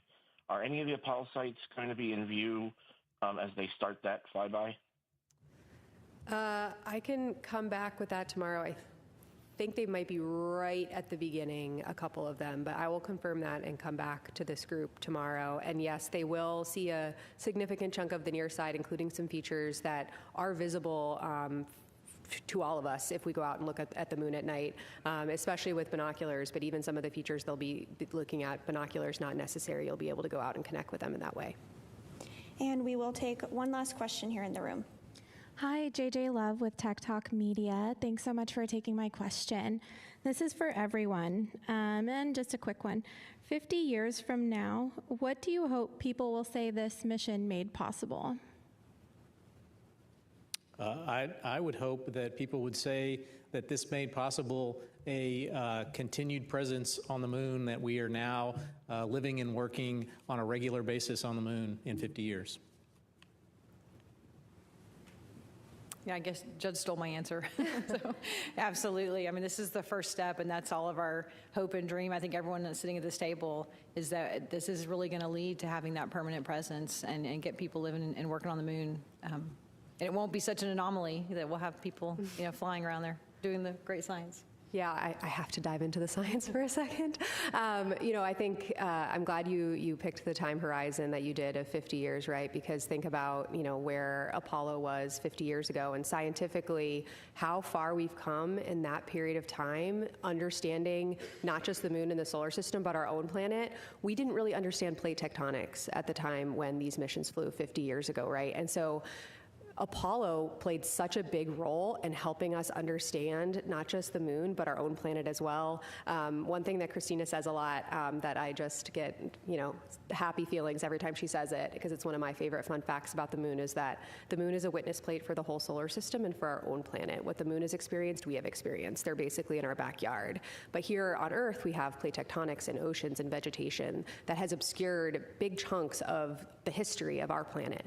It is preserved on the moon. It is waiting for us on the moon. That period of our planet's history that we can no longer get here, even if we go to the deepest parts of the ocean, is there on the moon. And Apollo samples really helped us unlock that discovery, especially in the near-side equatorial regions where they landed. The South Pole, the far side, very different geologically, geographically, and chronologically from where we visited with Apollo. And just thinking about the scientific discovery that those missions unlocked over 50 years ago, my hope is that we are sitting here 50 years from now, and not only have we made those scientific advancements, but just like in Apollo, this next generation of explorers and scientists are inspired to contribute. I'm sure people across NASA would say that the Apollo missions got them here to this agency working on this mission today, and I am just so optimistic for what this is going to do for the next generation and for the kids watching at home and the kids 50 years from now who are looking up at that sustained presence.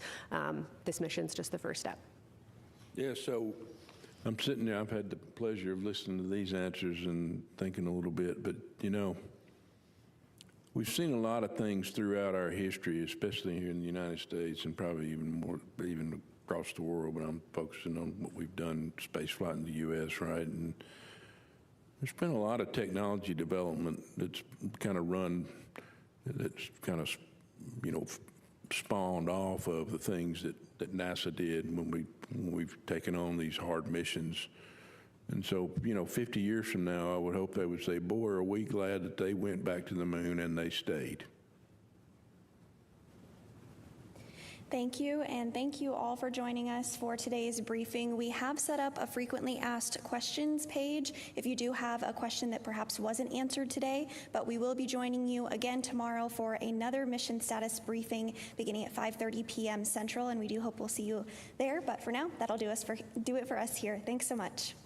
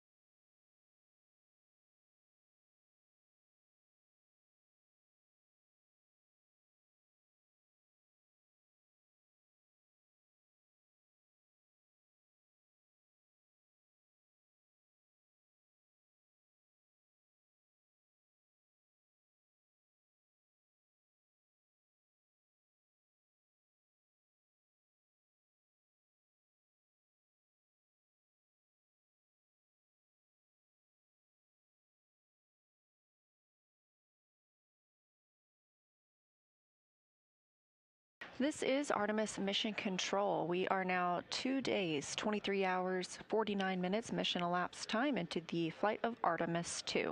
This is a live view of the spacecraft from a camera mounted on one of its solar array wings, looking back at Orion, and you can see the European service module there, along with the OMS engine. That's the Orbital Maneuvering Services engine.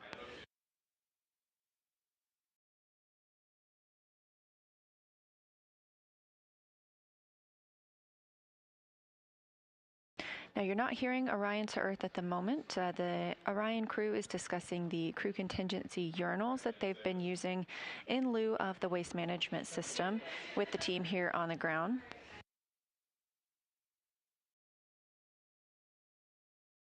We expect to regain those communications shortly. In the meantime, we were also tracking the outbound trajectory to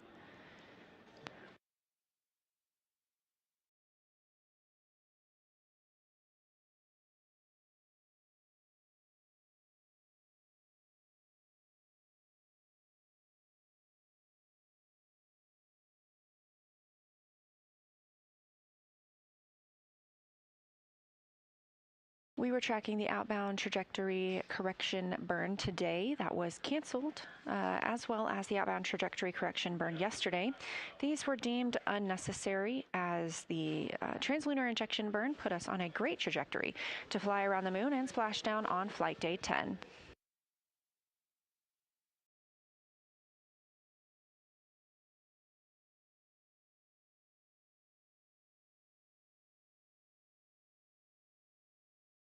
Orion and her crew are currently 181,886 miles away from Earth and now under 100,000 miles away from the moon. To be exact, it's 99,293 miles away.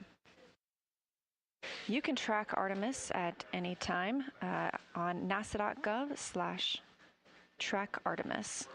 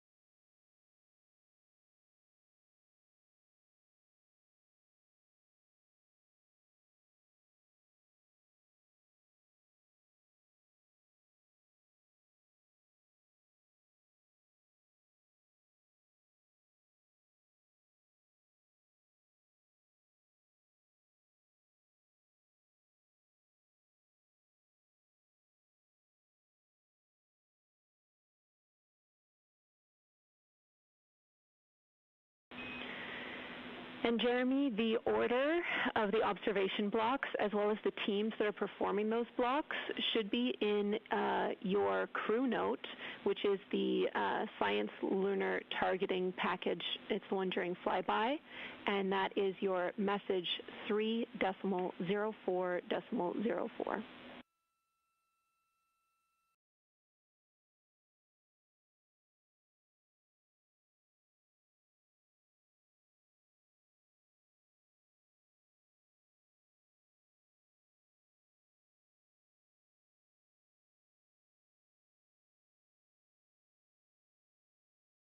While we were in our daily briefing. Okay, yeah, we see that there. Let us have a look at it. That should answer it all. Thank you. You're always a step ahead. Thanks, Jeremy.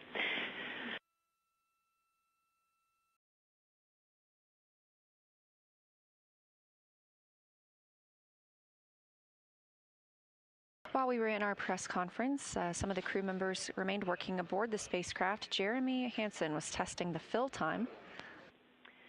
Integrity Houston for stowage.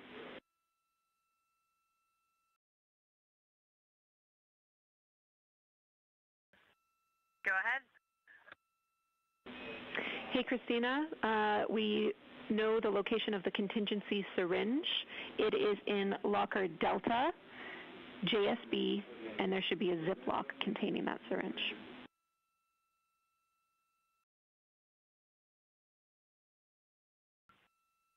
Thanks. Did you say a bag number?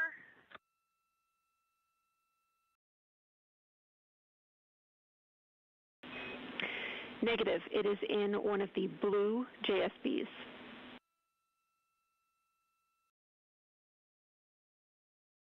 Okay, thanks. That's what the syllables were. Thank you, JSB. And we did discuss, I think we will just use the deployed syringe we've been using for water ops and keep the other one pristine.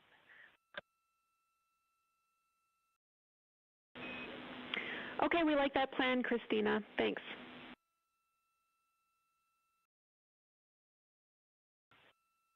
Thank you.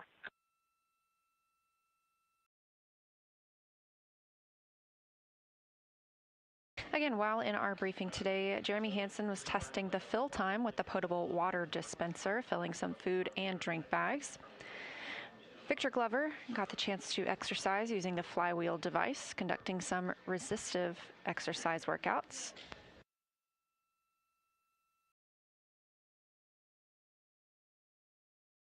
At this time, Commander Reed Wiseman and Mission Specialist Jeremy Hansen have moved into the lunar flyby planning review. So they are taking a chance to look at their lunar targeting package and at some of the targets that they'll be expected to photograph and describe during flyby on Flight Day 6.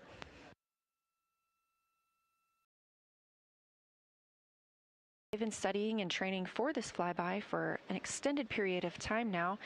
However, the visibility of the features on the moon is dependent on the launch day and lunar illumination. So the science team here on the ground has been working on determining which targets they should look to see and describe, as well as capture.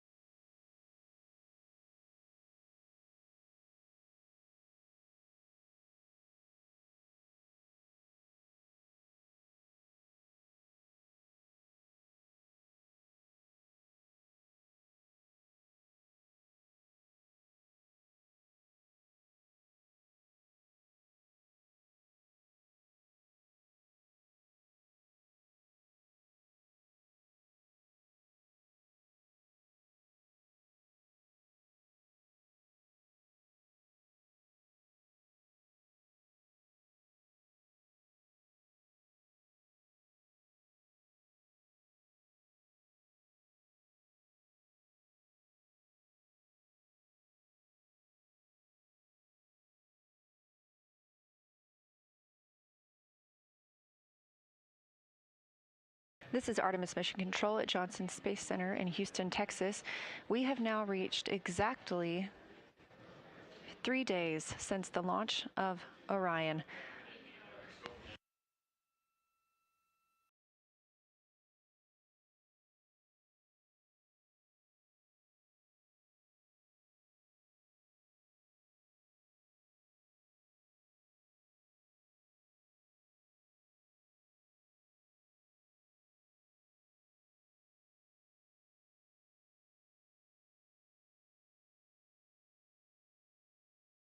Being that we're now 3 days since the launch of the Artemis II mission, the spacecraft has traveled quite a distance. We are 182,238 miles from Earth, that distance continuing to grow as we get closer and closer to the moon. Our intended destination now just 98,970 miles away. Orion and its crew passed the halfway point between the Earth and the moon yesterday evening.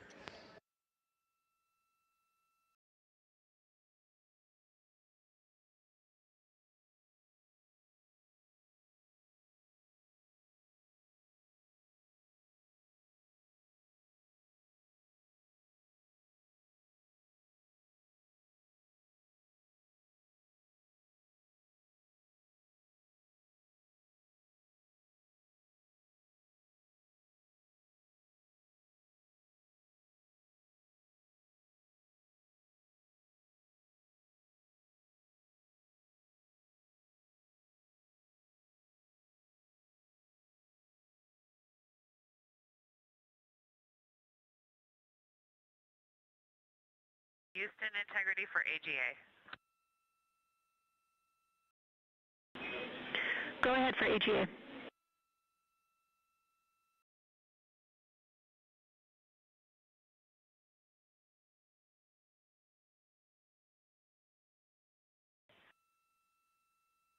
When we went to read the AGA readings post-exercise, the unit was off OFF. We think maybe that was due to a low battery. I just powered it on to watch the bit happen real time, but I do think we are going to be changing the batteries.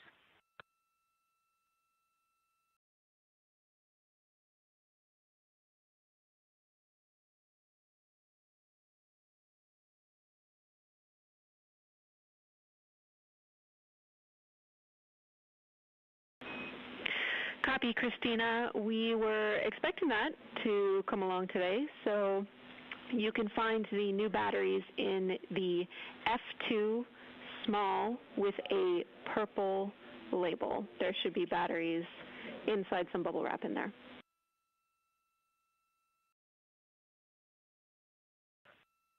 Copy. We'll look and get them changed. Thank you. Thanks.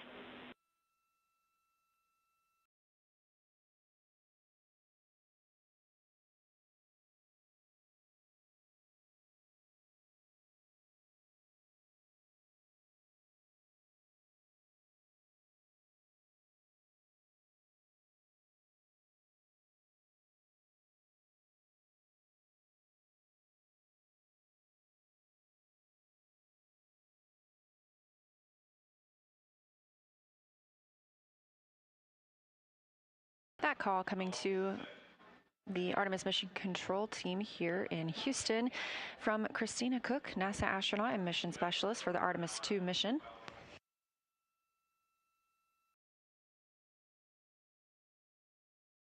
On this flight, to help monitor the gases in the cabin, the crew is equipped with an anomaly gas analyzer. And because Victor Glover just completed exercise, they were expecting to conduct an anomaly gas analyzer reading. They do so before and after those exercise portions. As you heard, Christina Cook mentioned that the reader was off. It needs new batteries, as was confirmed by the flight team here on the ground. Those anomaly gas analyzer readings help the teams understand how the ECLIS system is working, the environmental control and life support system.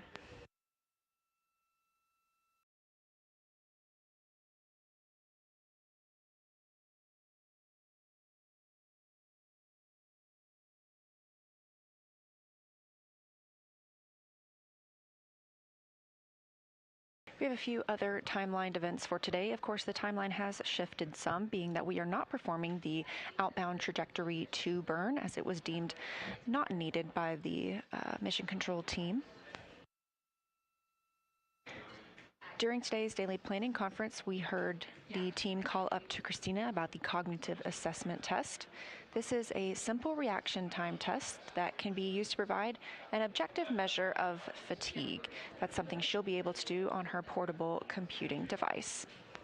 We are also looking forward to having the crew framed in the windows of Orion while one of the solar arrays is pointed toward the cabin and gets a picture of the crew and their spacecraft.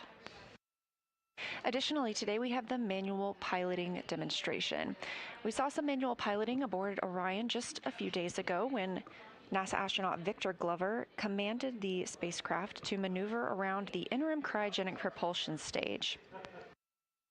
This is the first time anyone has manually flown Orion, and he was testing its capabilities ahead of future missions to help us understand how the spacecraft flies ahead of missions in which we'll need to dock to a lunar lander. Other crew members will get that chance today, performing attitude maneuvers to compare 6 degrees of freedom and 3 degrees of freedom attitude control.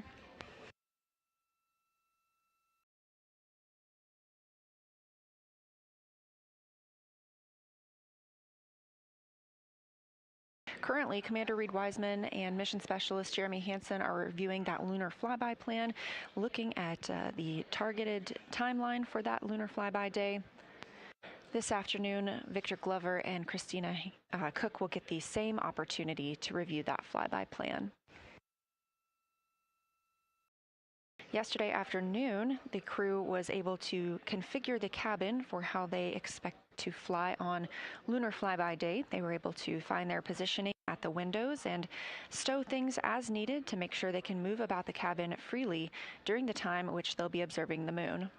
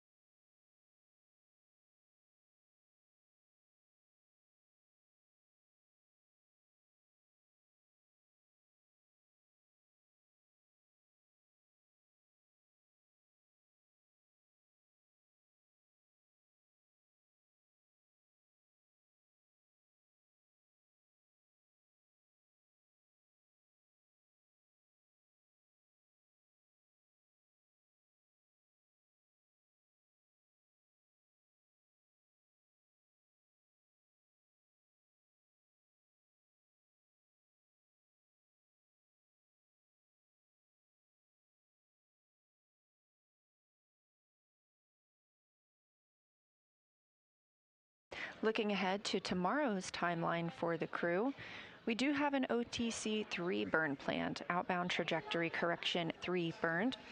Of course, we have waved off the first 2 of these. We do anticipate using that OTC 3 burn tomorrow just to further refine the trajectory of the spacecraft around the moon. However, tomorrow, after post-sleep, the crew will get into their Orion Crew Survival Suit System demo. You probably recall seeing them launch in these crew survival suits. These are the orange suits that they launched in and will splash down in. They'll use this demo to test out how these suits would work in a survival situation if necessary.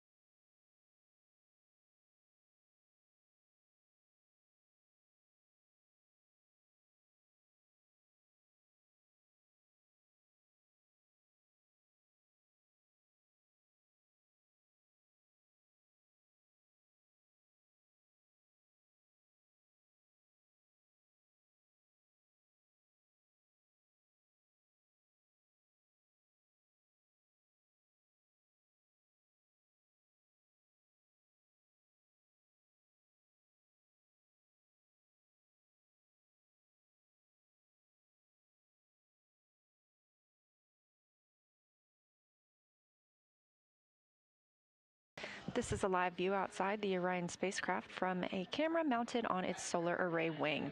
Each of the solar arrays has a camera on its tip and give us views of the spacecraft, allowing teams to take a look at the exterior of the spacecraft as well as give us amazing views here on Earth.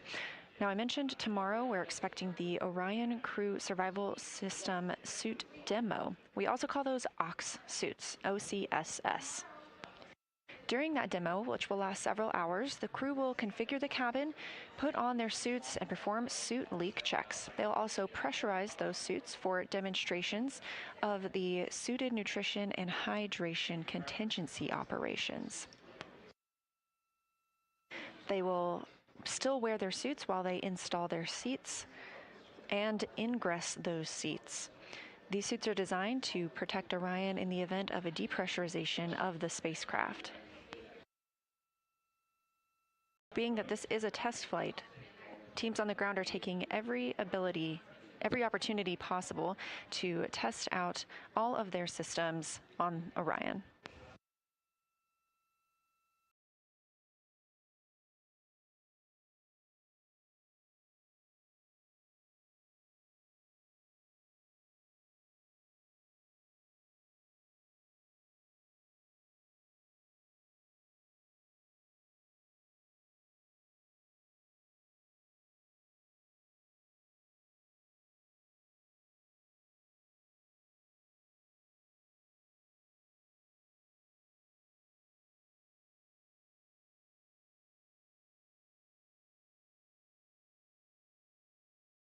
The Oxsuit demo is the main event for the crew tomorrow, aside from that OTC-3 burn in the evening.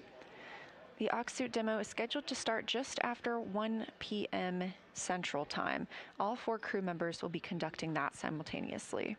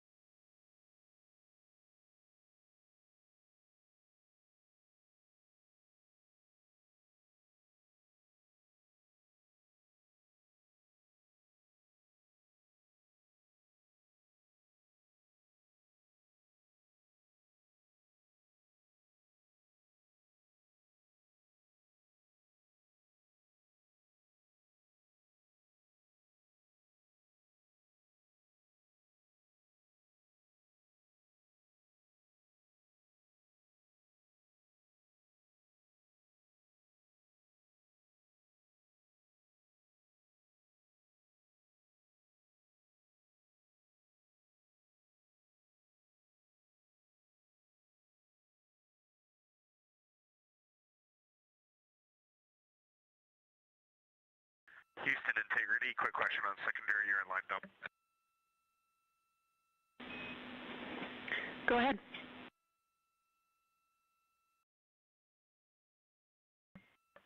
Hey Jenny, we just want to make sure that unless we hear from you, we are always go to do a secondary line dump, correct?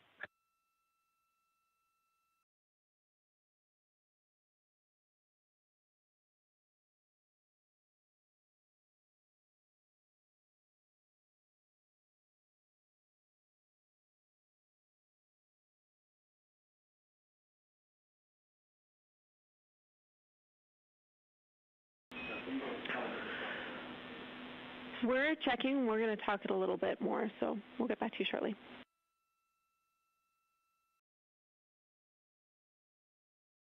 Okay, then the near-term question is, are we go right now for a secondary airline dump?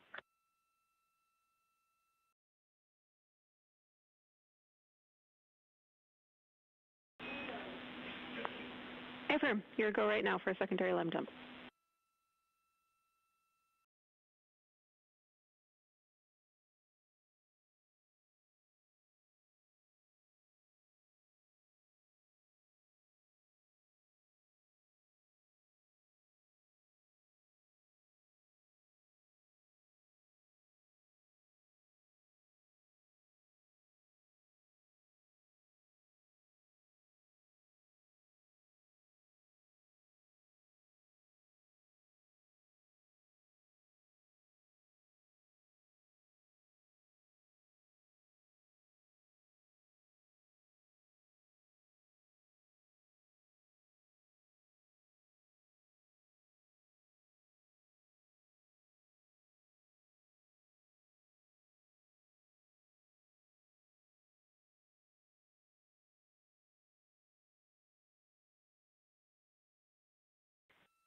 Houston, integrity for AGA.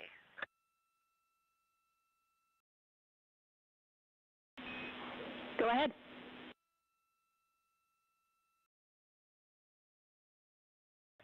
Yes, ma'am. New batteries are in. I got the message we have greater than 10 hours. And readings from the end of exercise, CO2, 1.0, O2, 20.2, 14 PSIA, and 76 degrees. Question for you, where do the used batteries get stowed, or are they trashed? Copy those numbers, Christina. Thank you. You can stow the used batteries in Fox 1, the large bag with the brown label.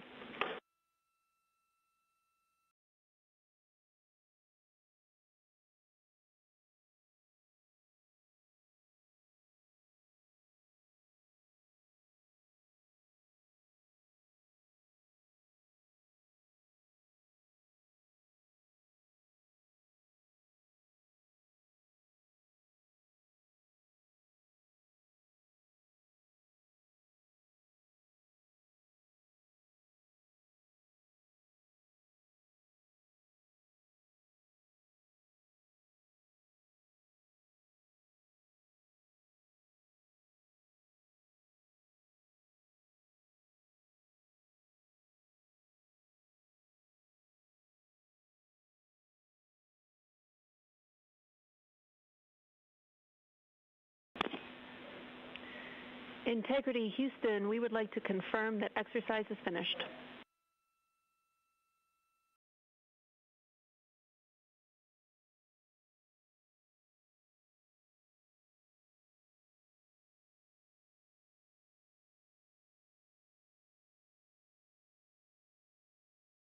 And Jenny, yes, confirmed exercise is finished. Copy, thank you.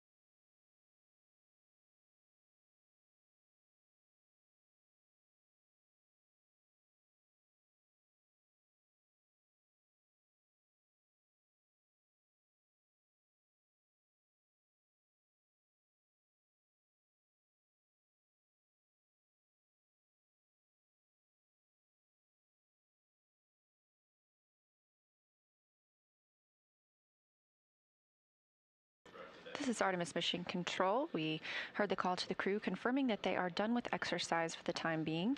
We need to track when they are exercising so the teams here on the ground can put the solar arrays in a safe position. Any exercise happening inside the cabin does impart some movement onto the rest of Orion. We've been able to see that a few times throughout the mission when we have exterior views. And so confirming that they are done with exercise means that the team can maneuver those solar arrays back into their sun track position.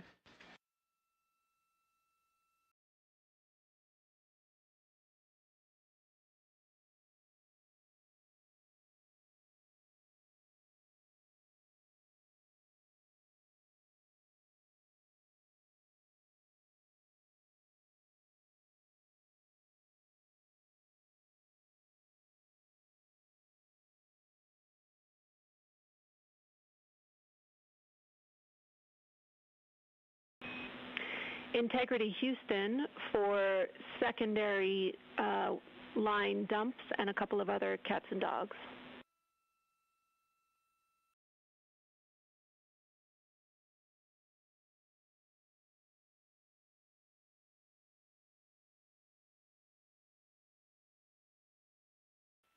Go ahead, Jenny.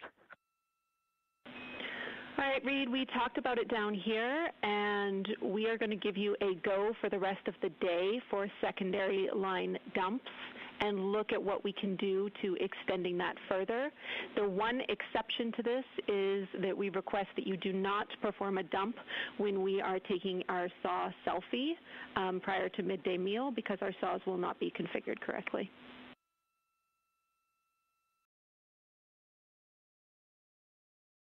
Okay, sounds good. Just tell us when we need to hold on secondary line dumps. Thanks. Affirm, we will remind you. In addition, I wanted to let you know that we have a burn plan update for you. So in slots 7 and 8, we have one new abort option. You should see titles abort flight day 5-2, and then the same name plus RTC last.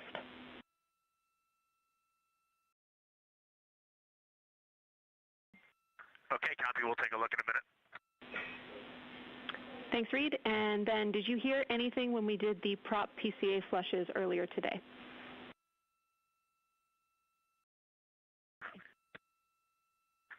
Negative. We did not hear anything in the vehicle. All right, we copy. Thanks for letting us know. And then finally, a stowage location for Christina. We tried to track down that Honest brand of hygiene item, and there is none, but there is another brand of lotion in the common hygiene kit. You probably already have it out.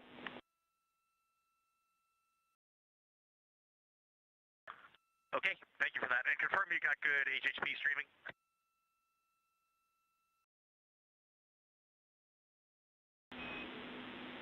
We do not at this time.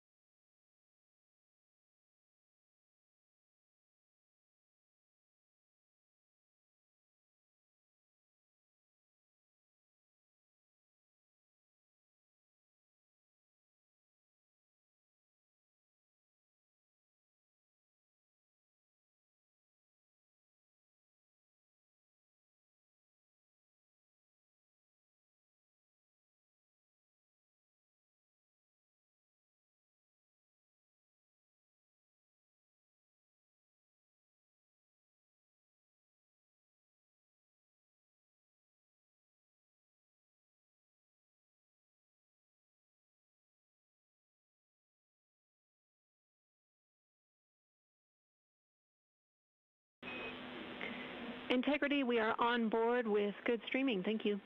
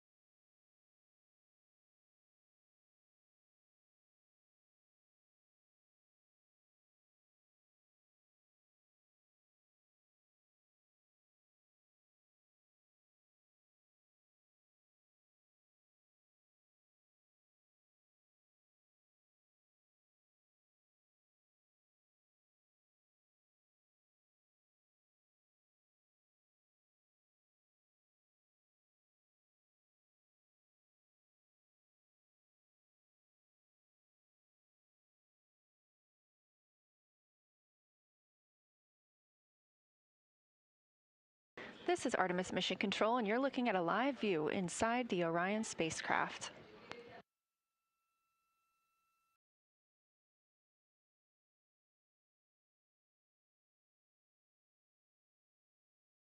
You heard some communications between the crew aboard Orion and the ground teams here at Mission Control. You probably heard Capcom Jenny Gibbons call out the new burn plans. There are always burns uploaded to the crew aboard Orion. These are just in case, essentially. She mentioned a couple of abort burn options. We are not targeting any abort at this time, but if we were to get into that situation, they have already uplinked those plans to the crew. This is done throughout the mission as Orion's status and distance from Earth changes.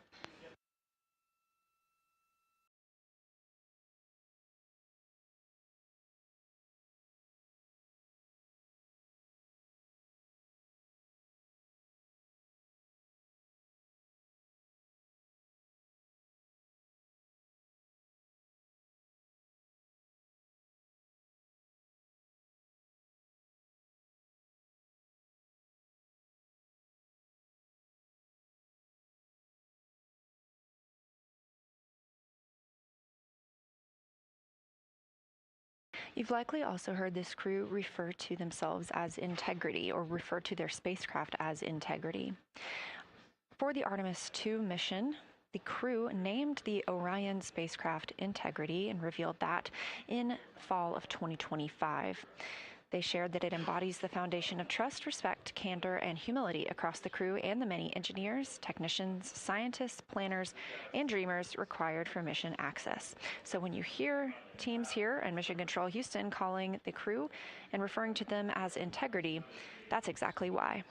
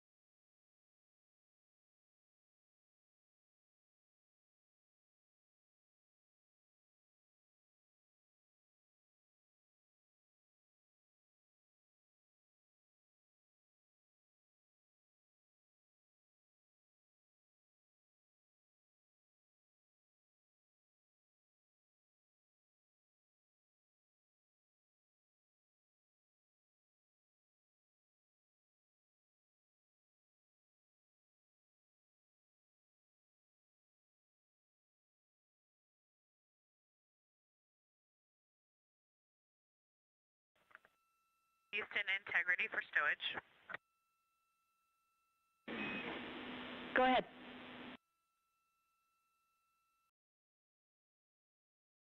Yes, ma'am. Both of the JSVs from lockers D and E are temp stowed in the, or deployed rather, in the Eagles net.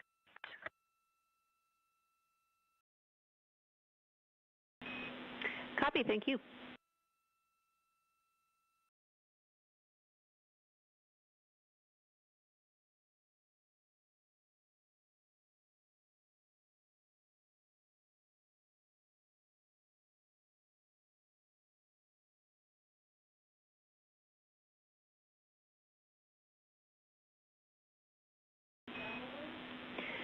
Integrity Houston, we are moving the solar arrays for the SAW picture activity. We'll let you know when they're in position.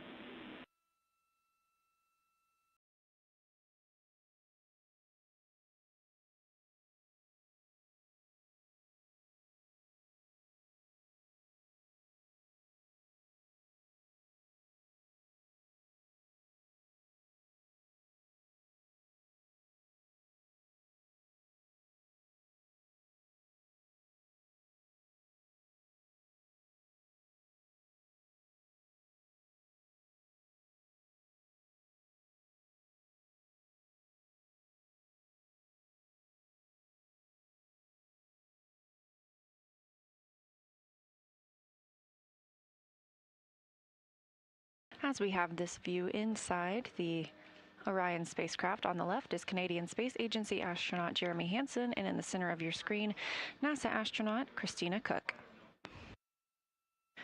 You just heard the call to the crew that the solar arrays are in motion. Ahead of taking a photo, we're looking to get a picture of the crew in the windows of Orion. Photos are the priority of this event, so we'll stand by to see if we still have streaming, but regardless, we will be very excited to share those photos with you as soon as we possibly can. Make sure you follow NASA and NASA Artemis on all social media. That would be at NASA and at NASA Artemis.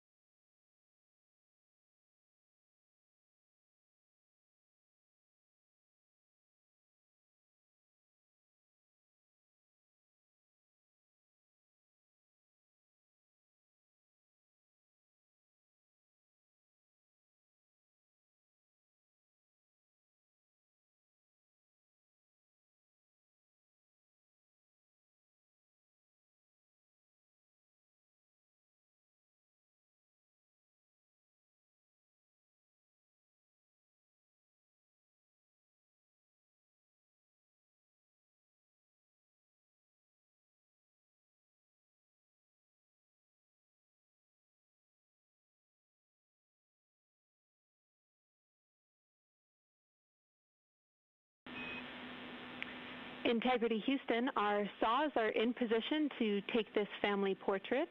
So sometime in the next few minutes, we'd love to invite you to the windows to get it done. Thanks.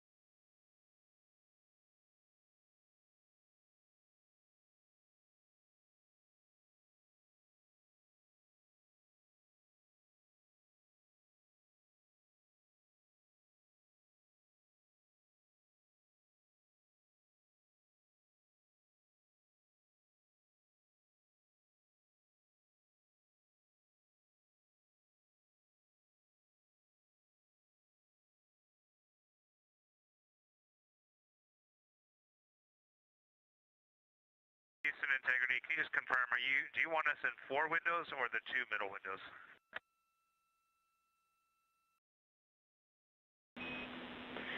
We want you to start in 4 windows, so 1 face per window, and we'll see how that looks and go from there. A reminder to set your cabin lighting pretty bright and perhaps illuminate your face so we can see as much as possible.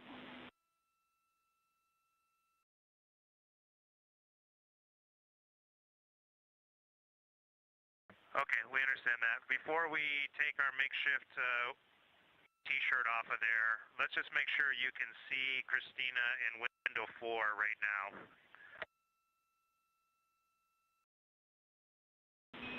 Checking.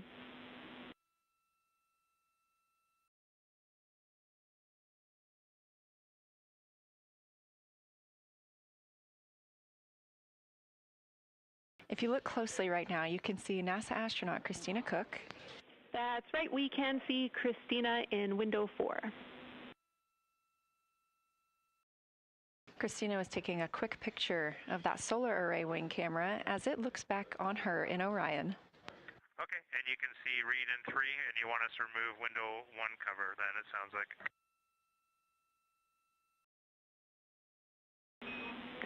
Yes.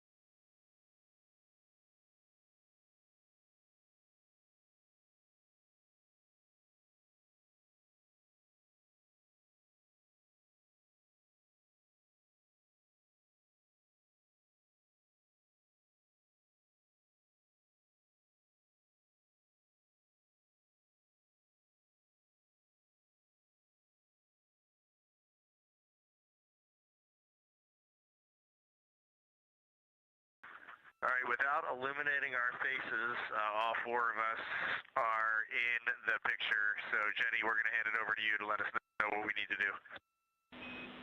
All right, copy, we're checking.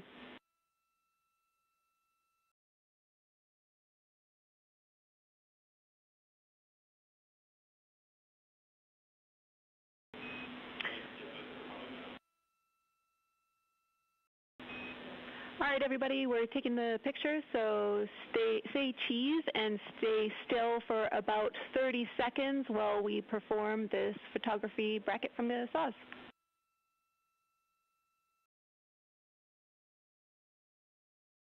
Okay, we'll freeze in 3, 2, 1, mark.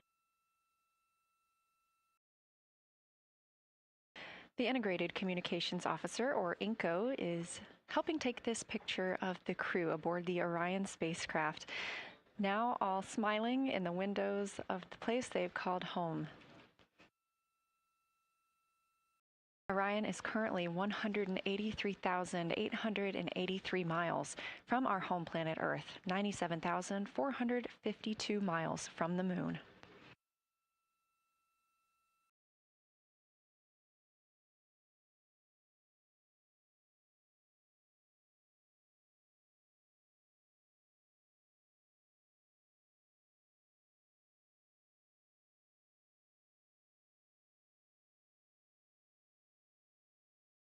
We've had some great views both inside the spacecraft as well as outside, but this is the first time that we're getting to see the crew and the spacecraft in the same photo.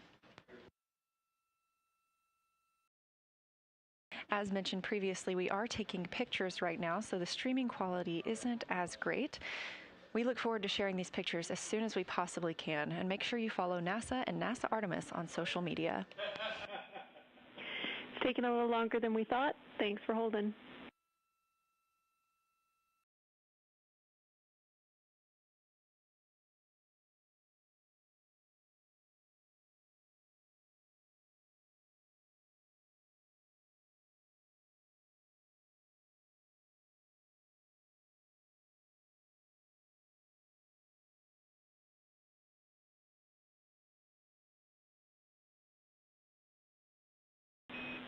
All right, everybody can relax. That was great. Thank you so much. We all look forward to getting your Christmas card come December. Thanks.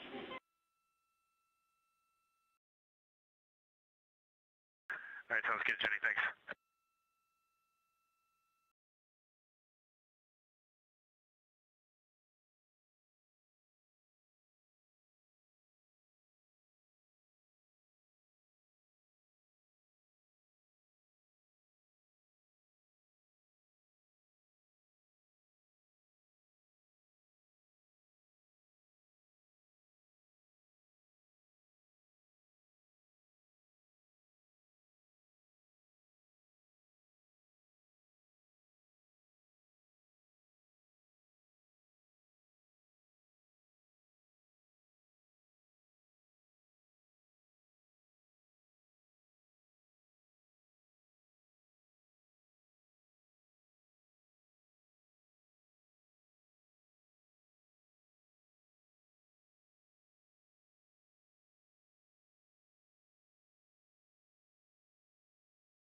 As you heard from Capcom Jenny Gibbons, we got the pictures we're looking for.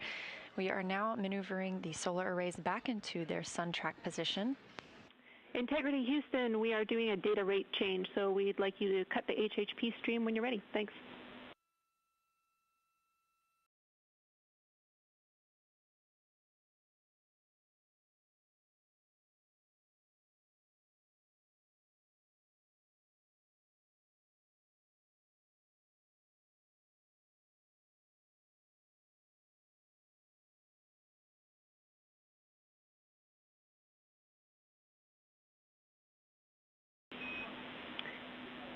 And Integrity Houston, just to remind you, that was our last moment where we could not perform a CCU dump. So if you need to do a dump for the rest of the day until crew sleep, you are go.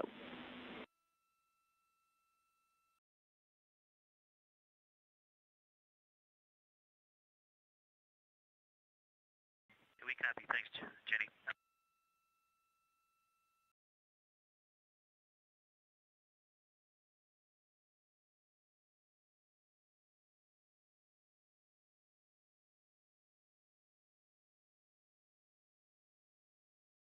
This is Artemis Mission Control. You're looking at a live view inside the flight control room.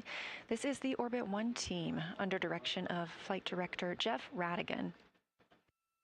He's at the top of your screen in the white shirt, joined by Capcom Jenny Gibbons, Canadian Space Agency astronaut, and backup for the Artemis II crew mission. Gibbons is talking to fellow Capcom Matthew Dunn. This view coming from outside the capsule as the solar arrays are reconfigured into their sun track position. Just before the crew turned off the camera inside the cabin, we could see they were getting ready for their midday meal. Some of the items on the menu today include sweet and sour pork, rice, broccoli, fiesta chicken, tortillas, berries, cashews, chicken and peanut sauce, pasta and shrimp, and a lemon curd cake. Sounds pretty good to me.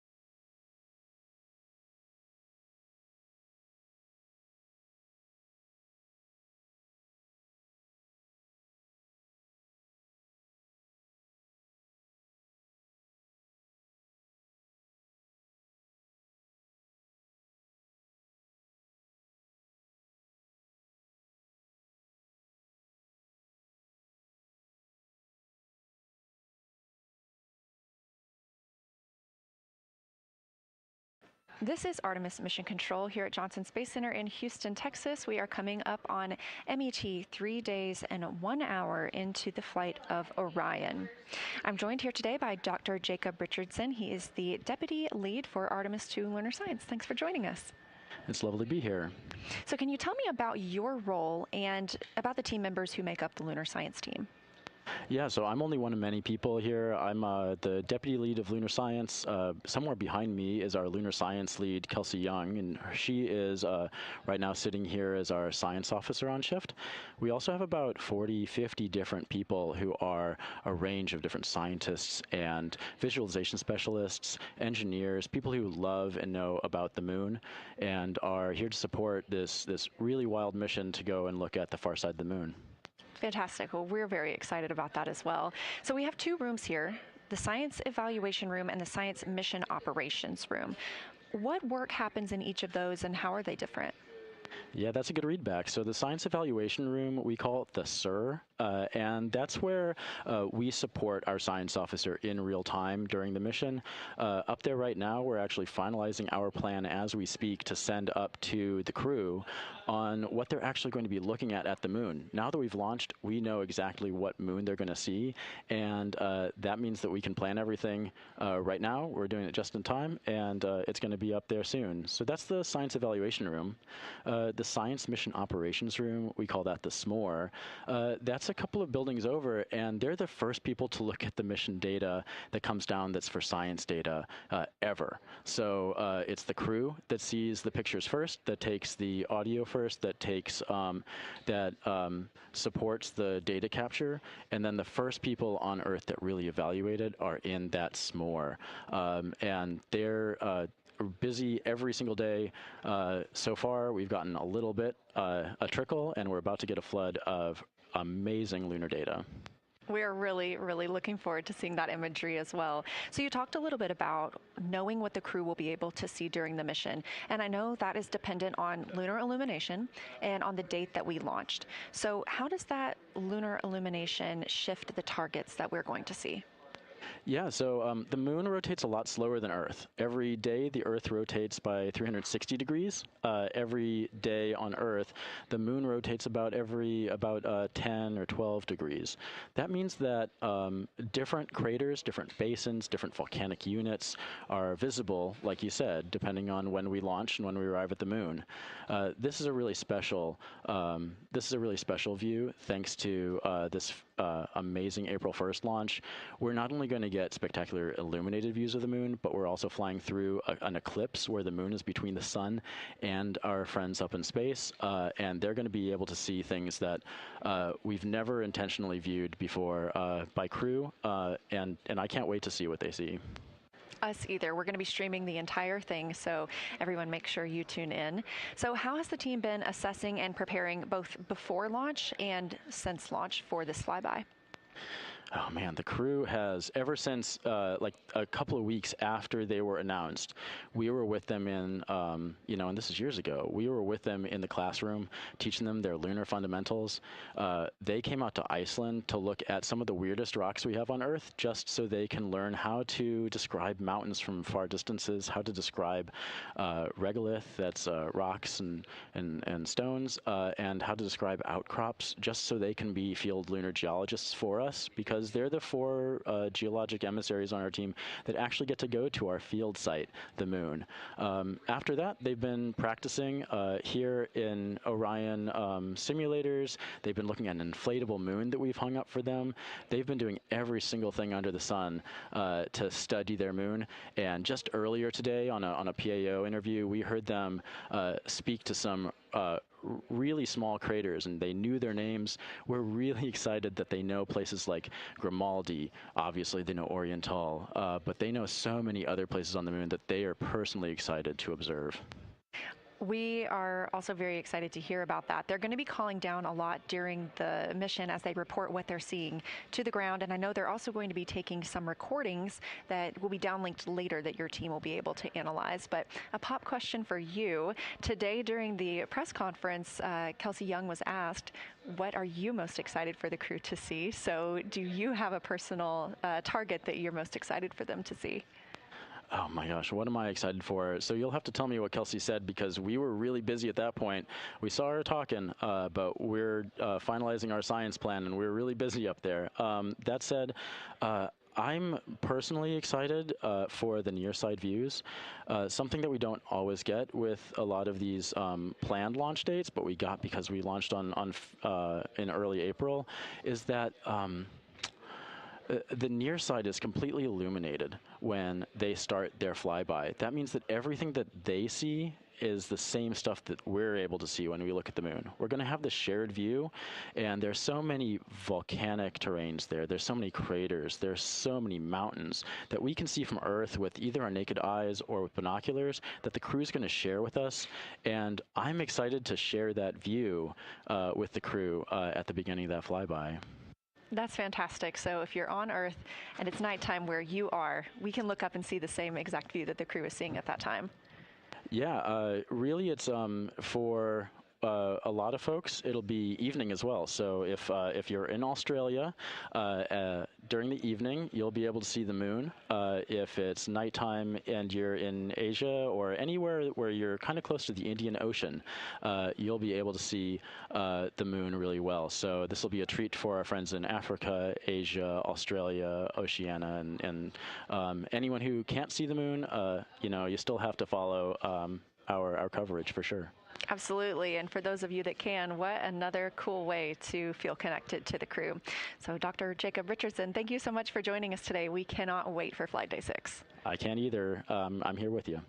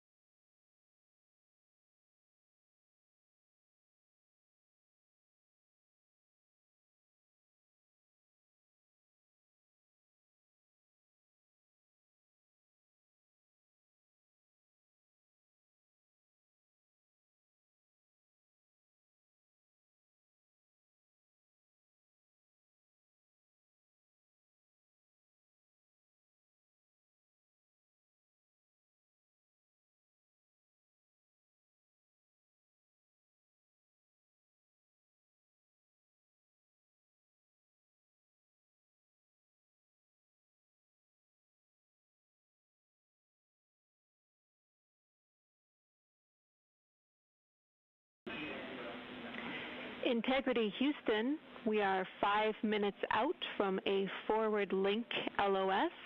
We'll speak to you in just over 1 hour on Madrid.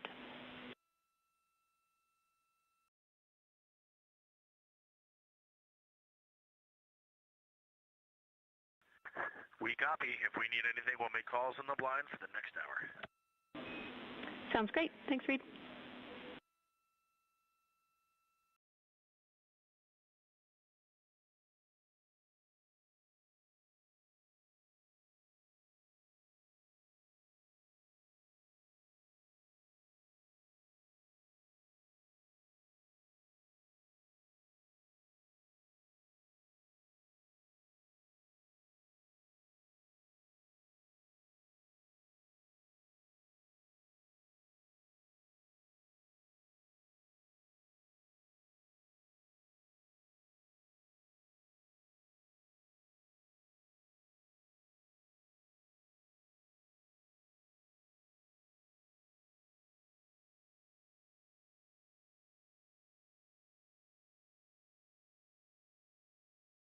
This is Artemis Mission Control. It is 3 days, 1 hour, and 15 minutes into the flight of Artemis II. You just heard a call from Capcom Jenny Gibbons up to the crew on Orion. They won't be able to hear from us for about an hour. However, we expect to continue to get calls from them. We are on the Deep Space Network. This is also referred to as DSN, and this mission is the first time in over 50 years that humans have been using this network. On your screen, a live view of the Orion spacecraft looking at the moon, our destination, now 96,575 miles away.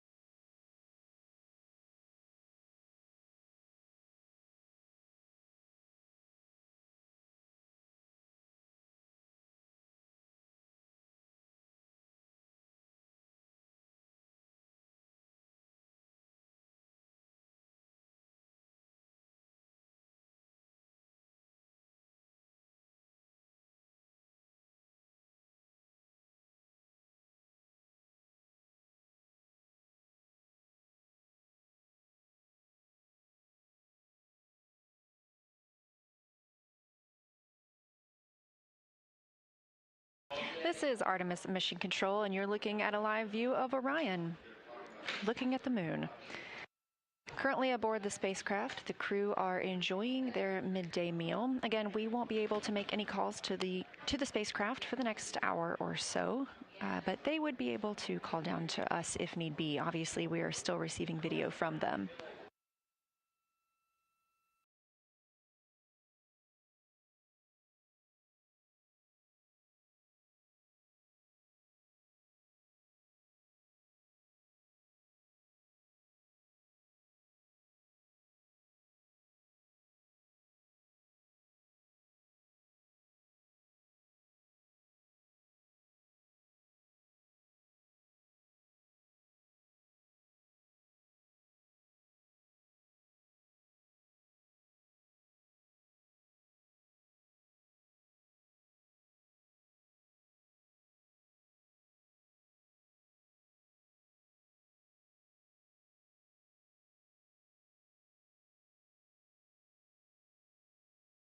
Still to come today for the crew aboard Orion is the manual piloting demo.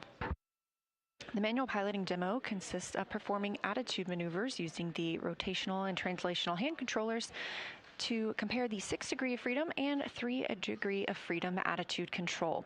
This will be the second time the crew has had the opportunity to pilot Orion themselves. Victor Glover, NASA astronaut and pilot on the Artemis II mission, manually flew Orion on flight day 1, shortly after launch when the spacecraft separated from the interim cryogenic propulsion stage. This was called the Proximity Operations Demonstration, and during that approximately hour-and-a-half window, Glover commanded the spacecraft to approach and make small translational maneuvers around that ICPS. There is a faux docking target on the ICPS, which has now been disposed of. This was a test to allow the crew to practice flying the spacecraft and give reports back to the ground on how Orion flies manually, all in preparation for our future missions to the moon, during which we will need to dock to a lunar lander.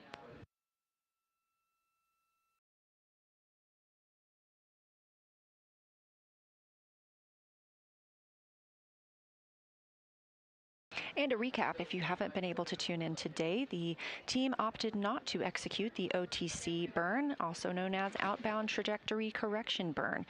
There was a scheduled outbound trajectory correction burn yesterday with a second one today. Both of those were waived off as the trajectory achieved by the TLI, or translunar injection burn, has been deemed sufficient.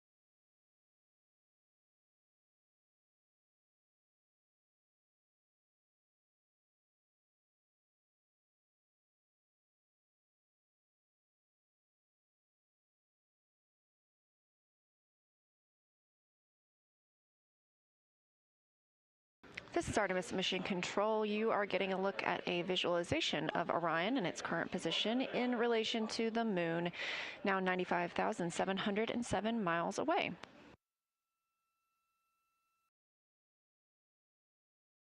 We are in a forward link LOS with Orion, meaning we cannot contact the crew members. These are planned and tracked loss of signal, but they could call down or contact us if need be. However, they are in their midday meal. You can track the location of Orion yourself by visiting nasa.gov/track-Artemis.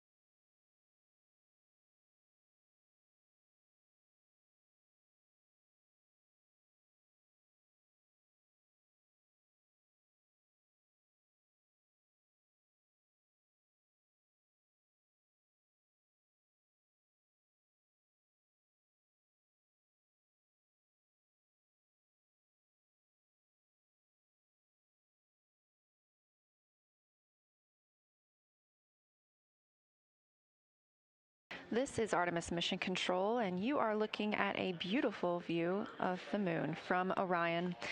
This view coming from a camera mounted on the solar array wing. There are 4 solar array wings with cameras mounted on each of them. The crew aboard the spacecraft woke up today at 11:35 a.m. Central Time. Since then, they completed their post-sleep period. They also conducted some public affairs events. Their schedule was shifted a little bit today as we did have the cancellation of the OTC-2 burn, the outbound trajectory correction burn. If you recall, yesterday's flight plan also called for an outbound trajectory correction burn. That was canceled as well. Both of those burns were deemed unnecessary as the translunar injection burn was very accurate, and we're on a great trajectory to head around the moon.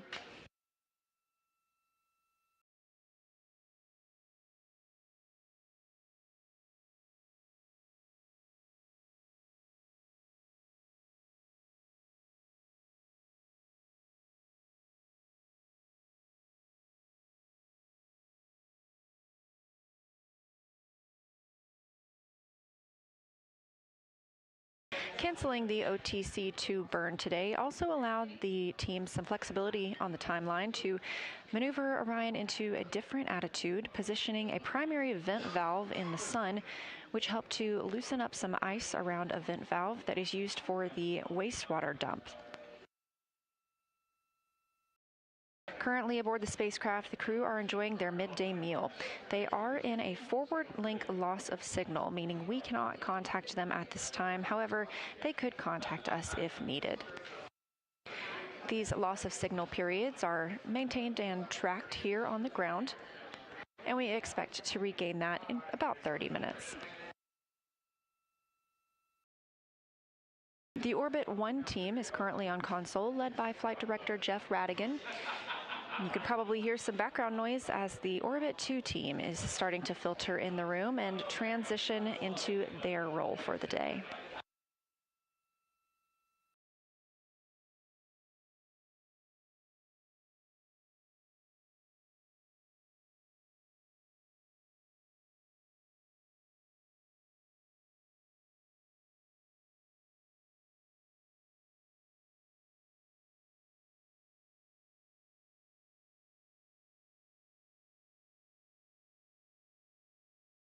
Still to come today, the manual piloting demo, during which the crew members will use the rotational and translational hand controllers to manually fly the Orion spacecraft.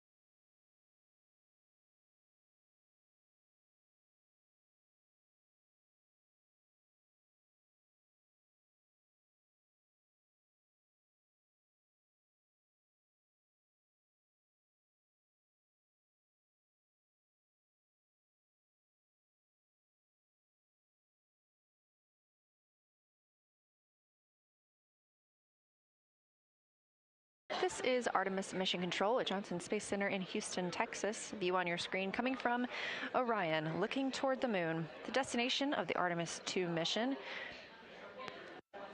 Spacecraft now traveling 2,088 miles per hour. We are 94,868 miles away from the moon, inching ever closer. The crew aboard the spacecraft is still in their midday meal period. We are in a forward loss of signal. We do expect to regain that shortly. These loss of signals, or LOS, are tracked here on the ground. We were able to call up to the crew just before we entered this time frame, letting them know that we would be able to hear from them. They just wouldn't hear from us.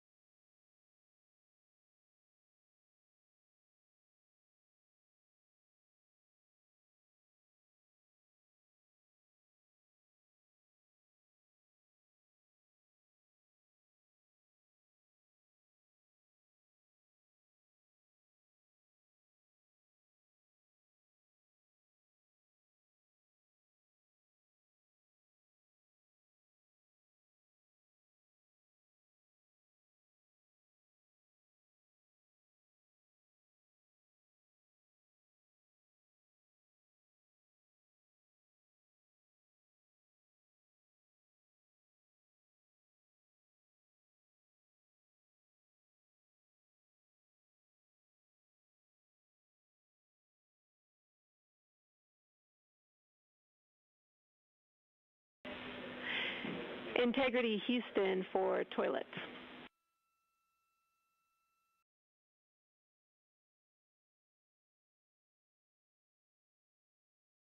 Go ahead, James. Hey, Reed, we are working a plan to do another dump prior to the manual piloting DFTO. I'll have more words for you on that shortly, but I wanted to give you a last call for the use of toilet before we get into that. Again, toilet is still no-go for urine use, but I want to give you a last call for fecal use as well.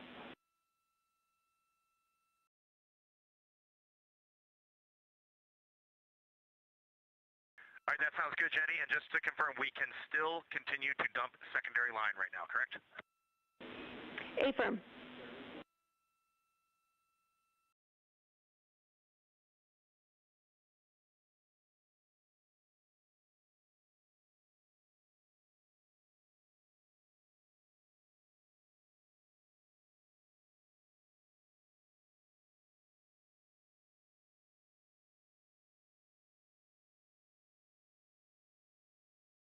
And James, what is preferred for you on the DFTO? You want CAPCAM 3 or you want HHB or both?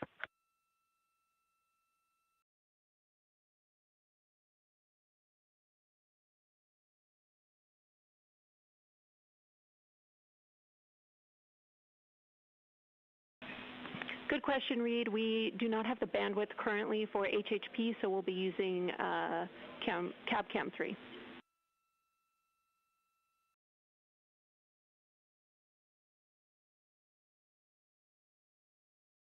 Okay, sounds good.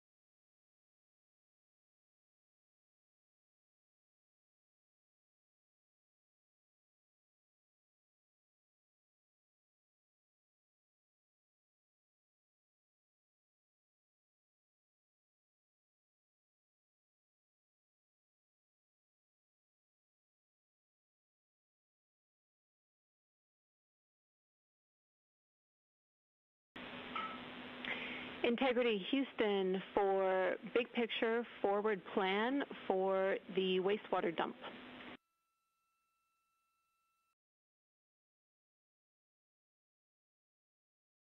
Go ahead. Hey, Tina, as you know, this is a big issue that we want to work toward resolving. So we are going to set up a wastewater dump on the primary line starting now. And we would like at least one crew member to be looking out the window and reporting what they see. Our intent here is just to have that vent open, and we will leave it open until either we reach a minimum quantity on the tank, we have no flow, or we hit a 3-hour limit.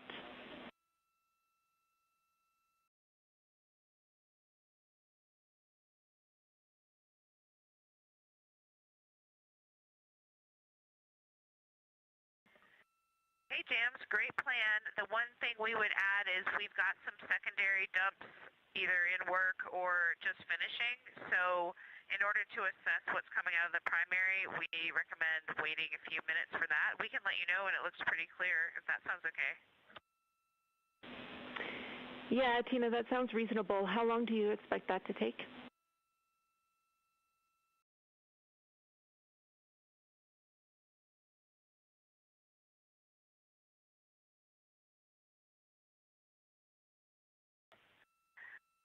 All right, the dump just started, and it usually completes within a minute. However, there's usually some secondaries after that, so I would estimate in about 3 minutes.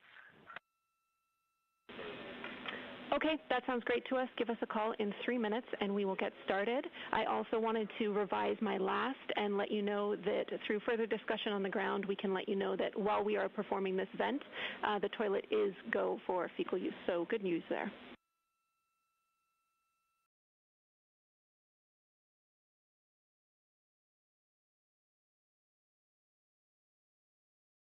Copy.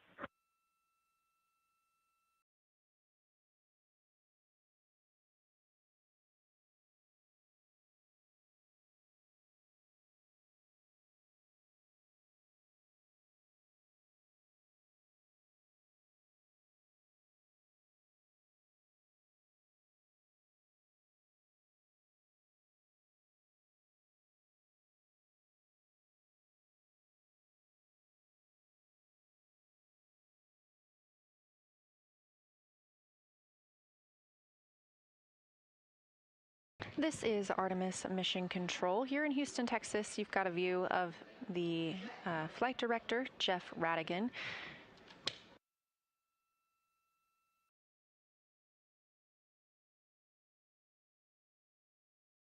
To his left is Flight Director Diane Daly. She will be the Flight Director for the Orbit 2 shift, as the Orbit 1 shift is now transitioning off console. Down to the bottom of your screen, at the very bottom, is Jackie Mahaffey. She's the cruise trainer for this mission, and she'll be serving as Capcom. And to her left, CSA astronaut and Artemis II backup Jenny Gibbons. She's been the Capcom for the Orbit 1 shift, speaking with the astronauts. You just heard them discussing the next wastewater dump opportunity. This has been something the team has been troubleshooting today. They're looking to empty this line that they anticipate or they understand was blocked by ice. The spacecraft is still in a good configuration, and this doesn't have any mission or lunar flyby impacts. We are now 3 days, 2 hours, 24 minutes into the Artemis II mission. However, we are referring to this day as Flight Day 4. The crew is now 94,334 miles away from the moon, which you can see there. They are ever growing closer and ever growing farther away from our home planet, 187,185 miles and counting.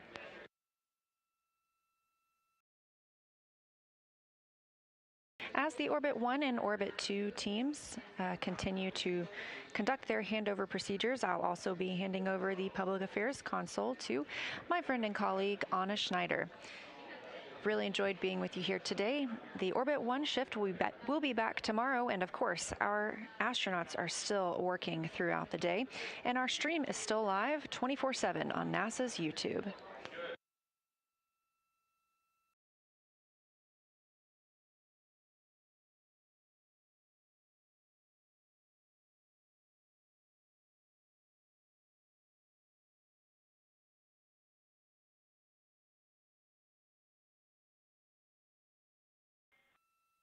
All right, Houston, we are fairly quiescent here. Let us know when you start the vent.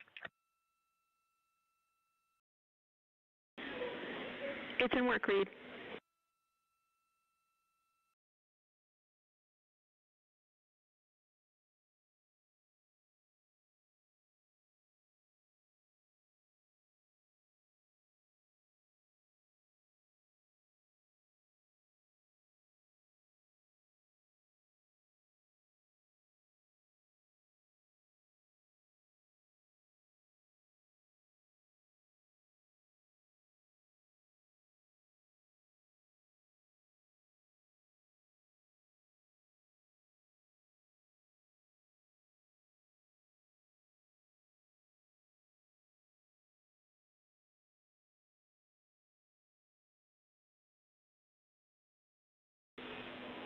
Integrity crew, the vent valve has opened.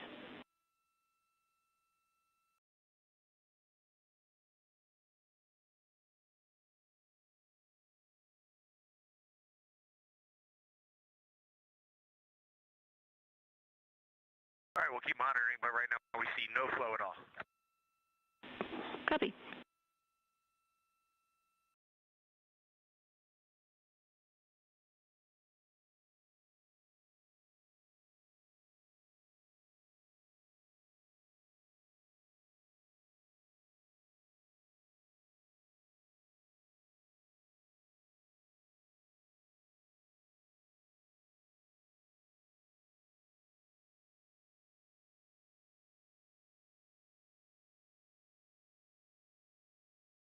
We heard one little chug deep down beneath us, and now we are getting some spurts with some increasing force, so let's just keep open here.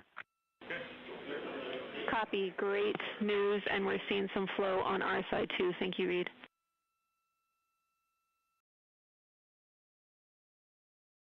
Yeah, you got four crew members rooting for Max Blizzard, and we have a good view out the window. It looks like it looked when we started the mission, so that's a good sign. Great news. I wanted to cue the mic so you could hear a clap there.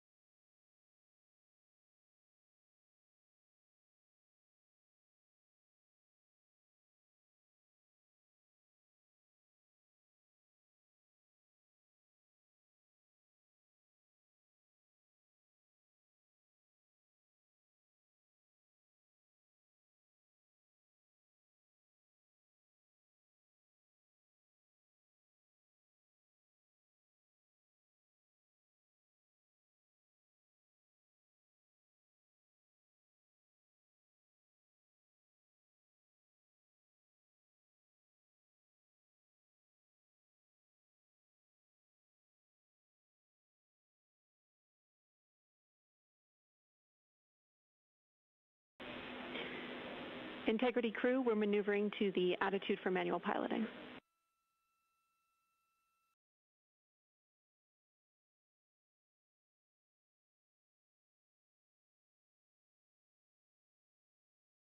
Okay, integrity copies.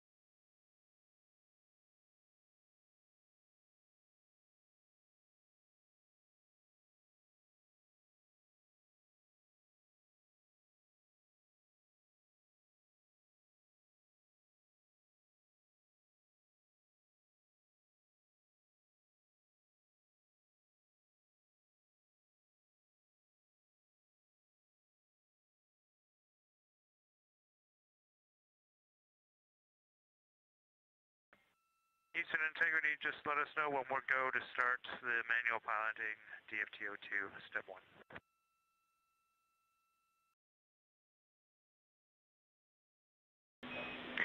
All right, Integrity crew, you are go to start the manual piloting DFTO. We are going to come on board with CAPCAM 3. And when you perform this DFTO, we are happy to take 10 degrees rotation in all axes instead of 15 if you like. We will also happily accept all pilots that we have time for. Let us know how she handles.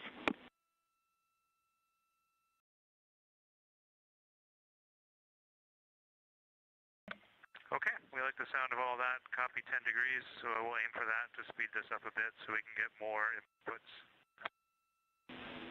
We appreciate it. Thanks, Jeremy.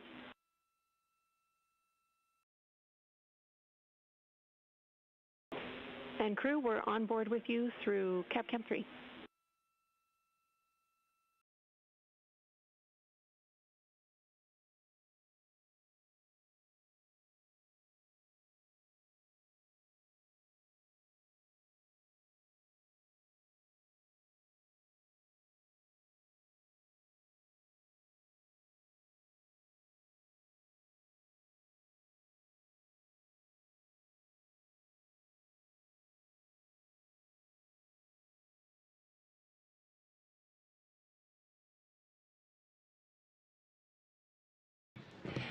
This is Artemis Mission Control. The Orbit 1 and 2 teams are currently in their handover, and the crew aboard Orion has stepped into their manual piloting procedures.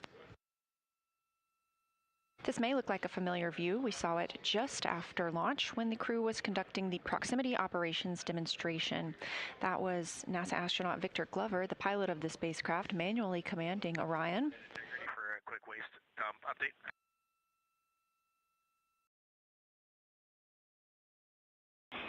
We'll take it.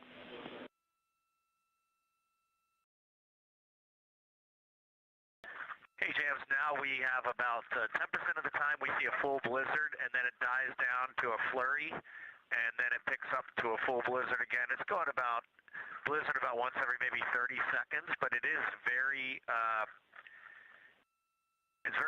dynamic. It's not just one continual send, but it's beautiful, and we're watching the tank quantity go down, so hopefully it's looking good. That's super helpful for us to know. Thanks, Reed. We're still watching it.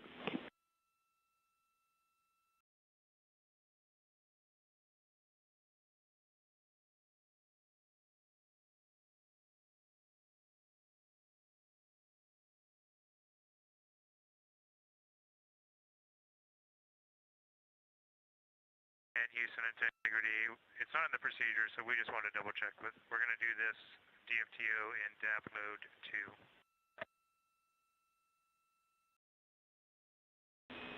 2. Affirm, DAP 2.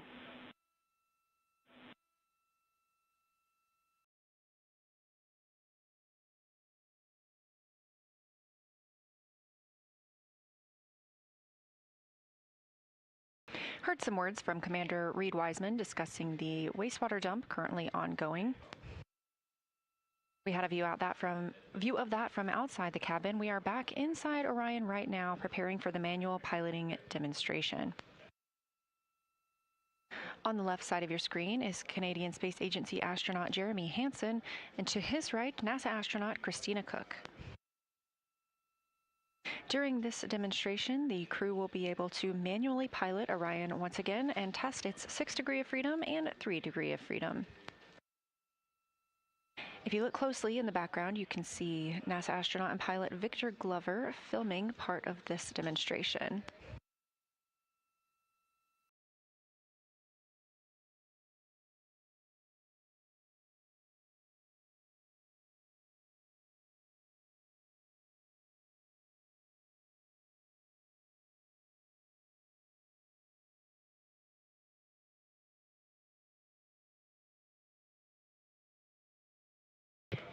Artemis II is MET 3 days, 2 hours, 38 minutes into its flight, and we have just crossed the 2/3 mark on the way to the moon.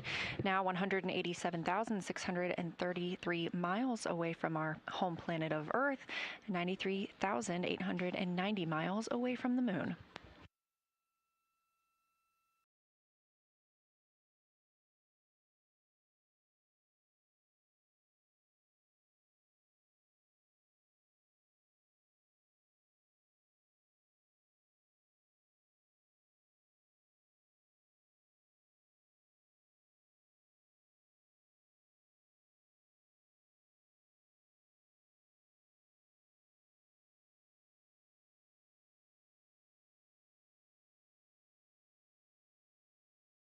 All right, and just giving you some handling qualities here for the yaw.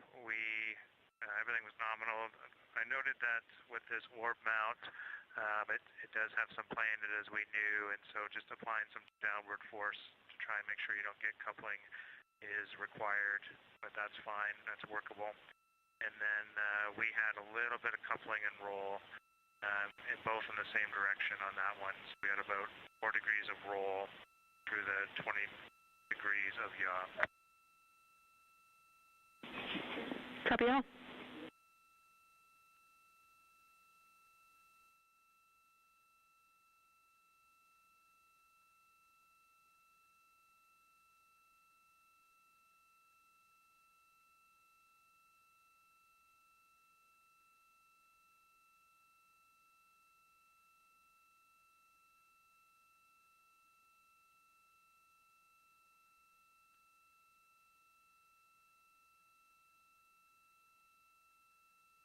Okay, and we're still just completing the pitch maneuvers, but we're not picking up any coupling for the pitch. And the vehicle is very responsive at nulling out the ½ degree per second. It's almost instantaneous. Copy.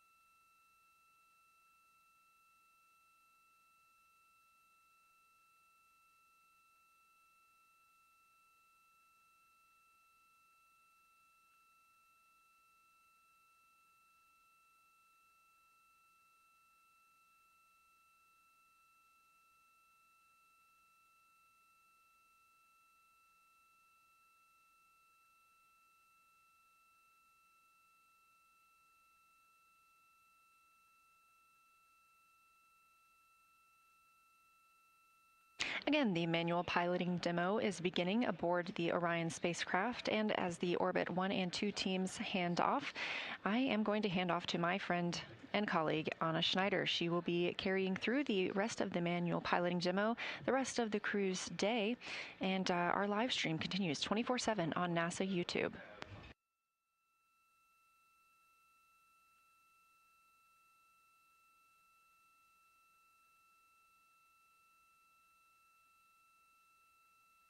Okay, Houston, for the roll, the only thing I noticed is I had a little coupling in the roll right in yaw, and was able to compensate for that in the roll, or in the roll left. Didn't have any coupling in the yaw. I think we're just getting used to the orb mount too.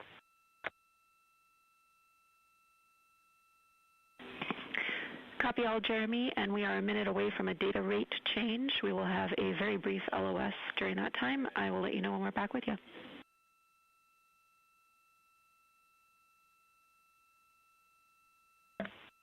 Okay, copy that.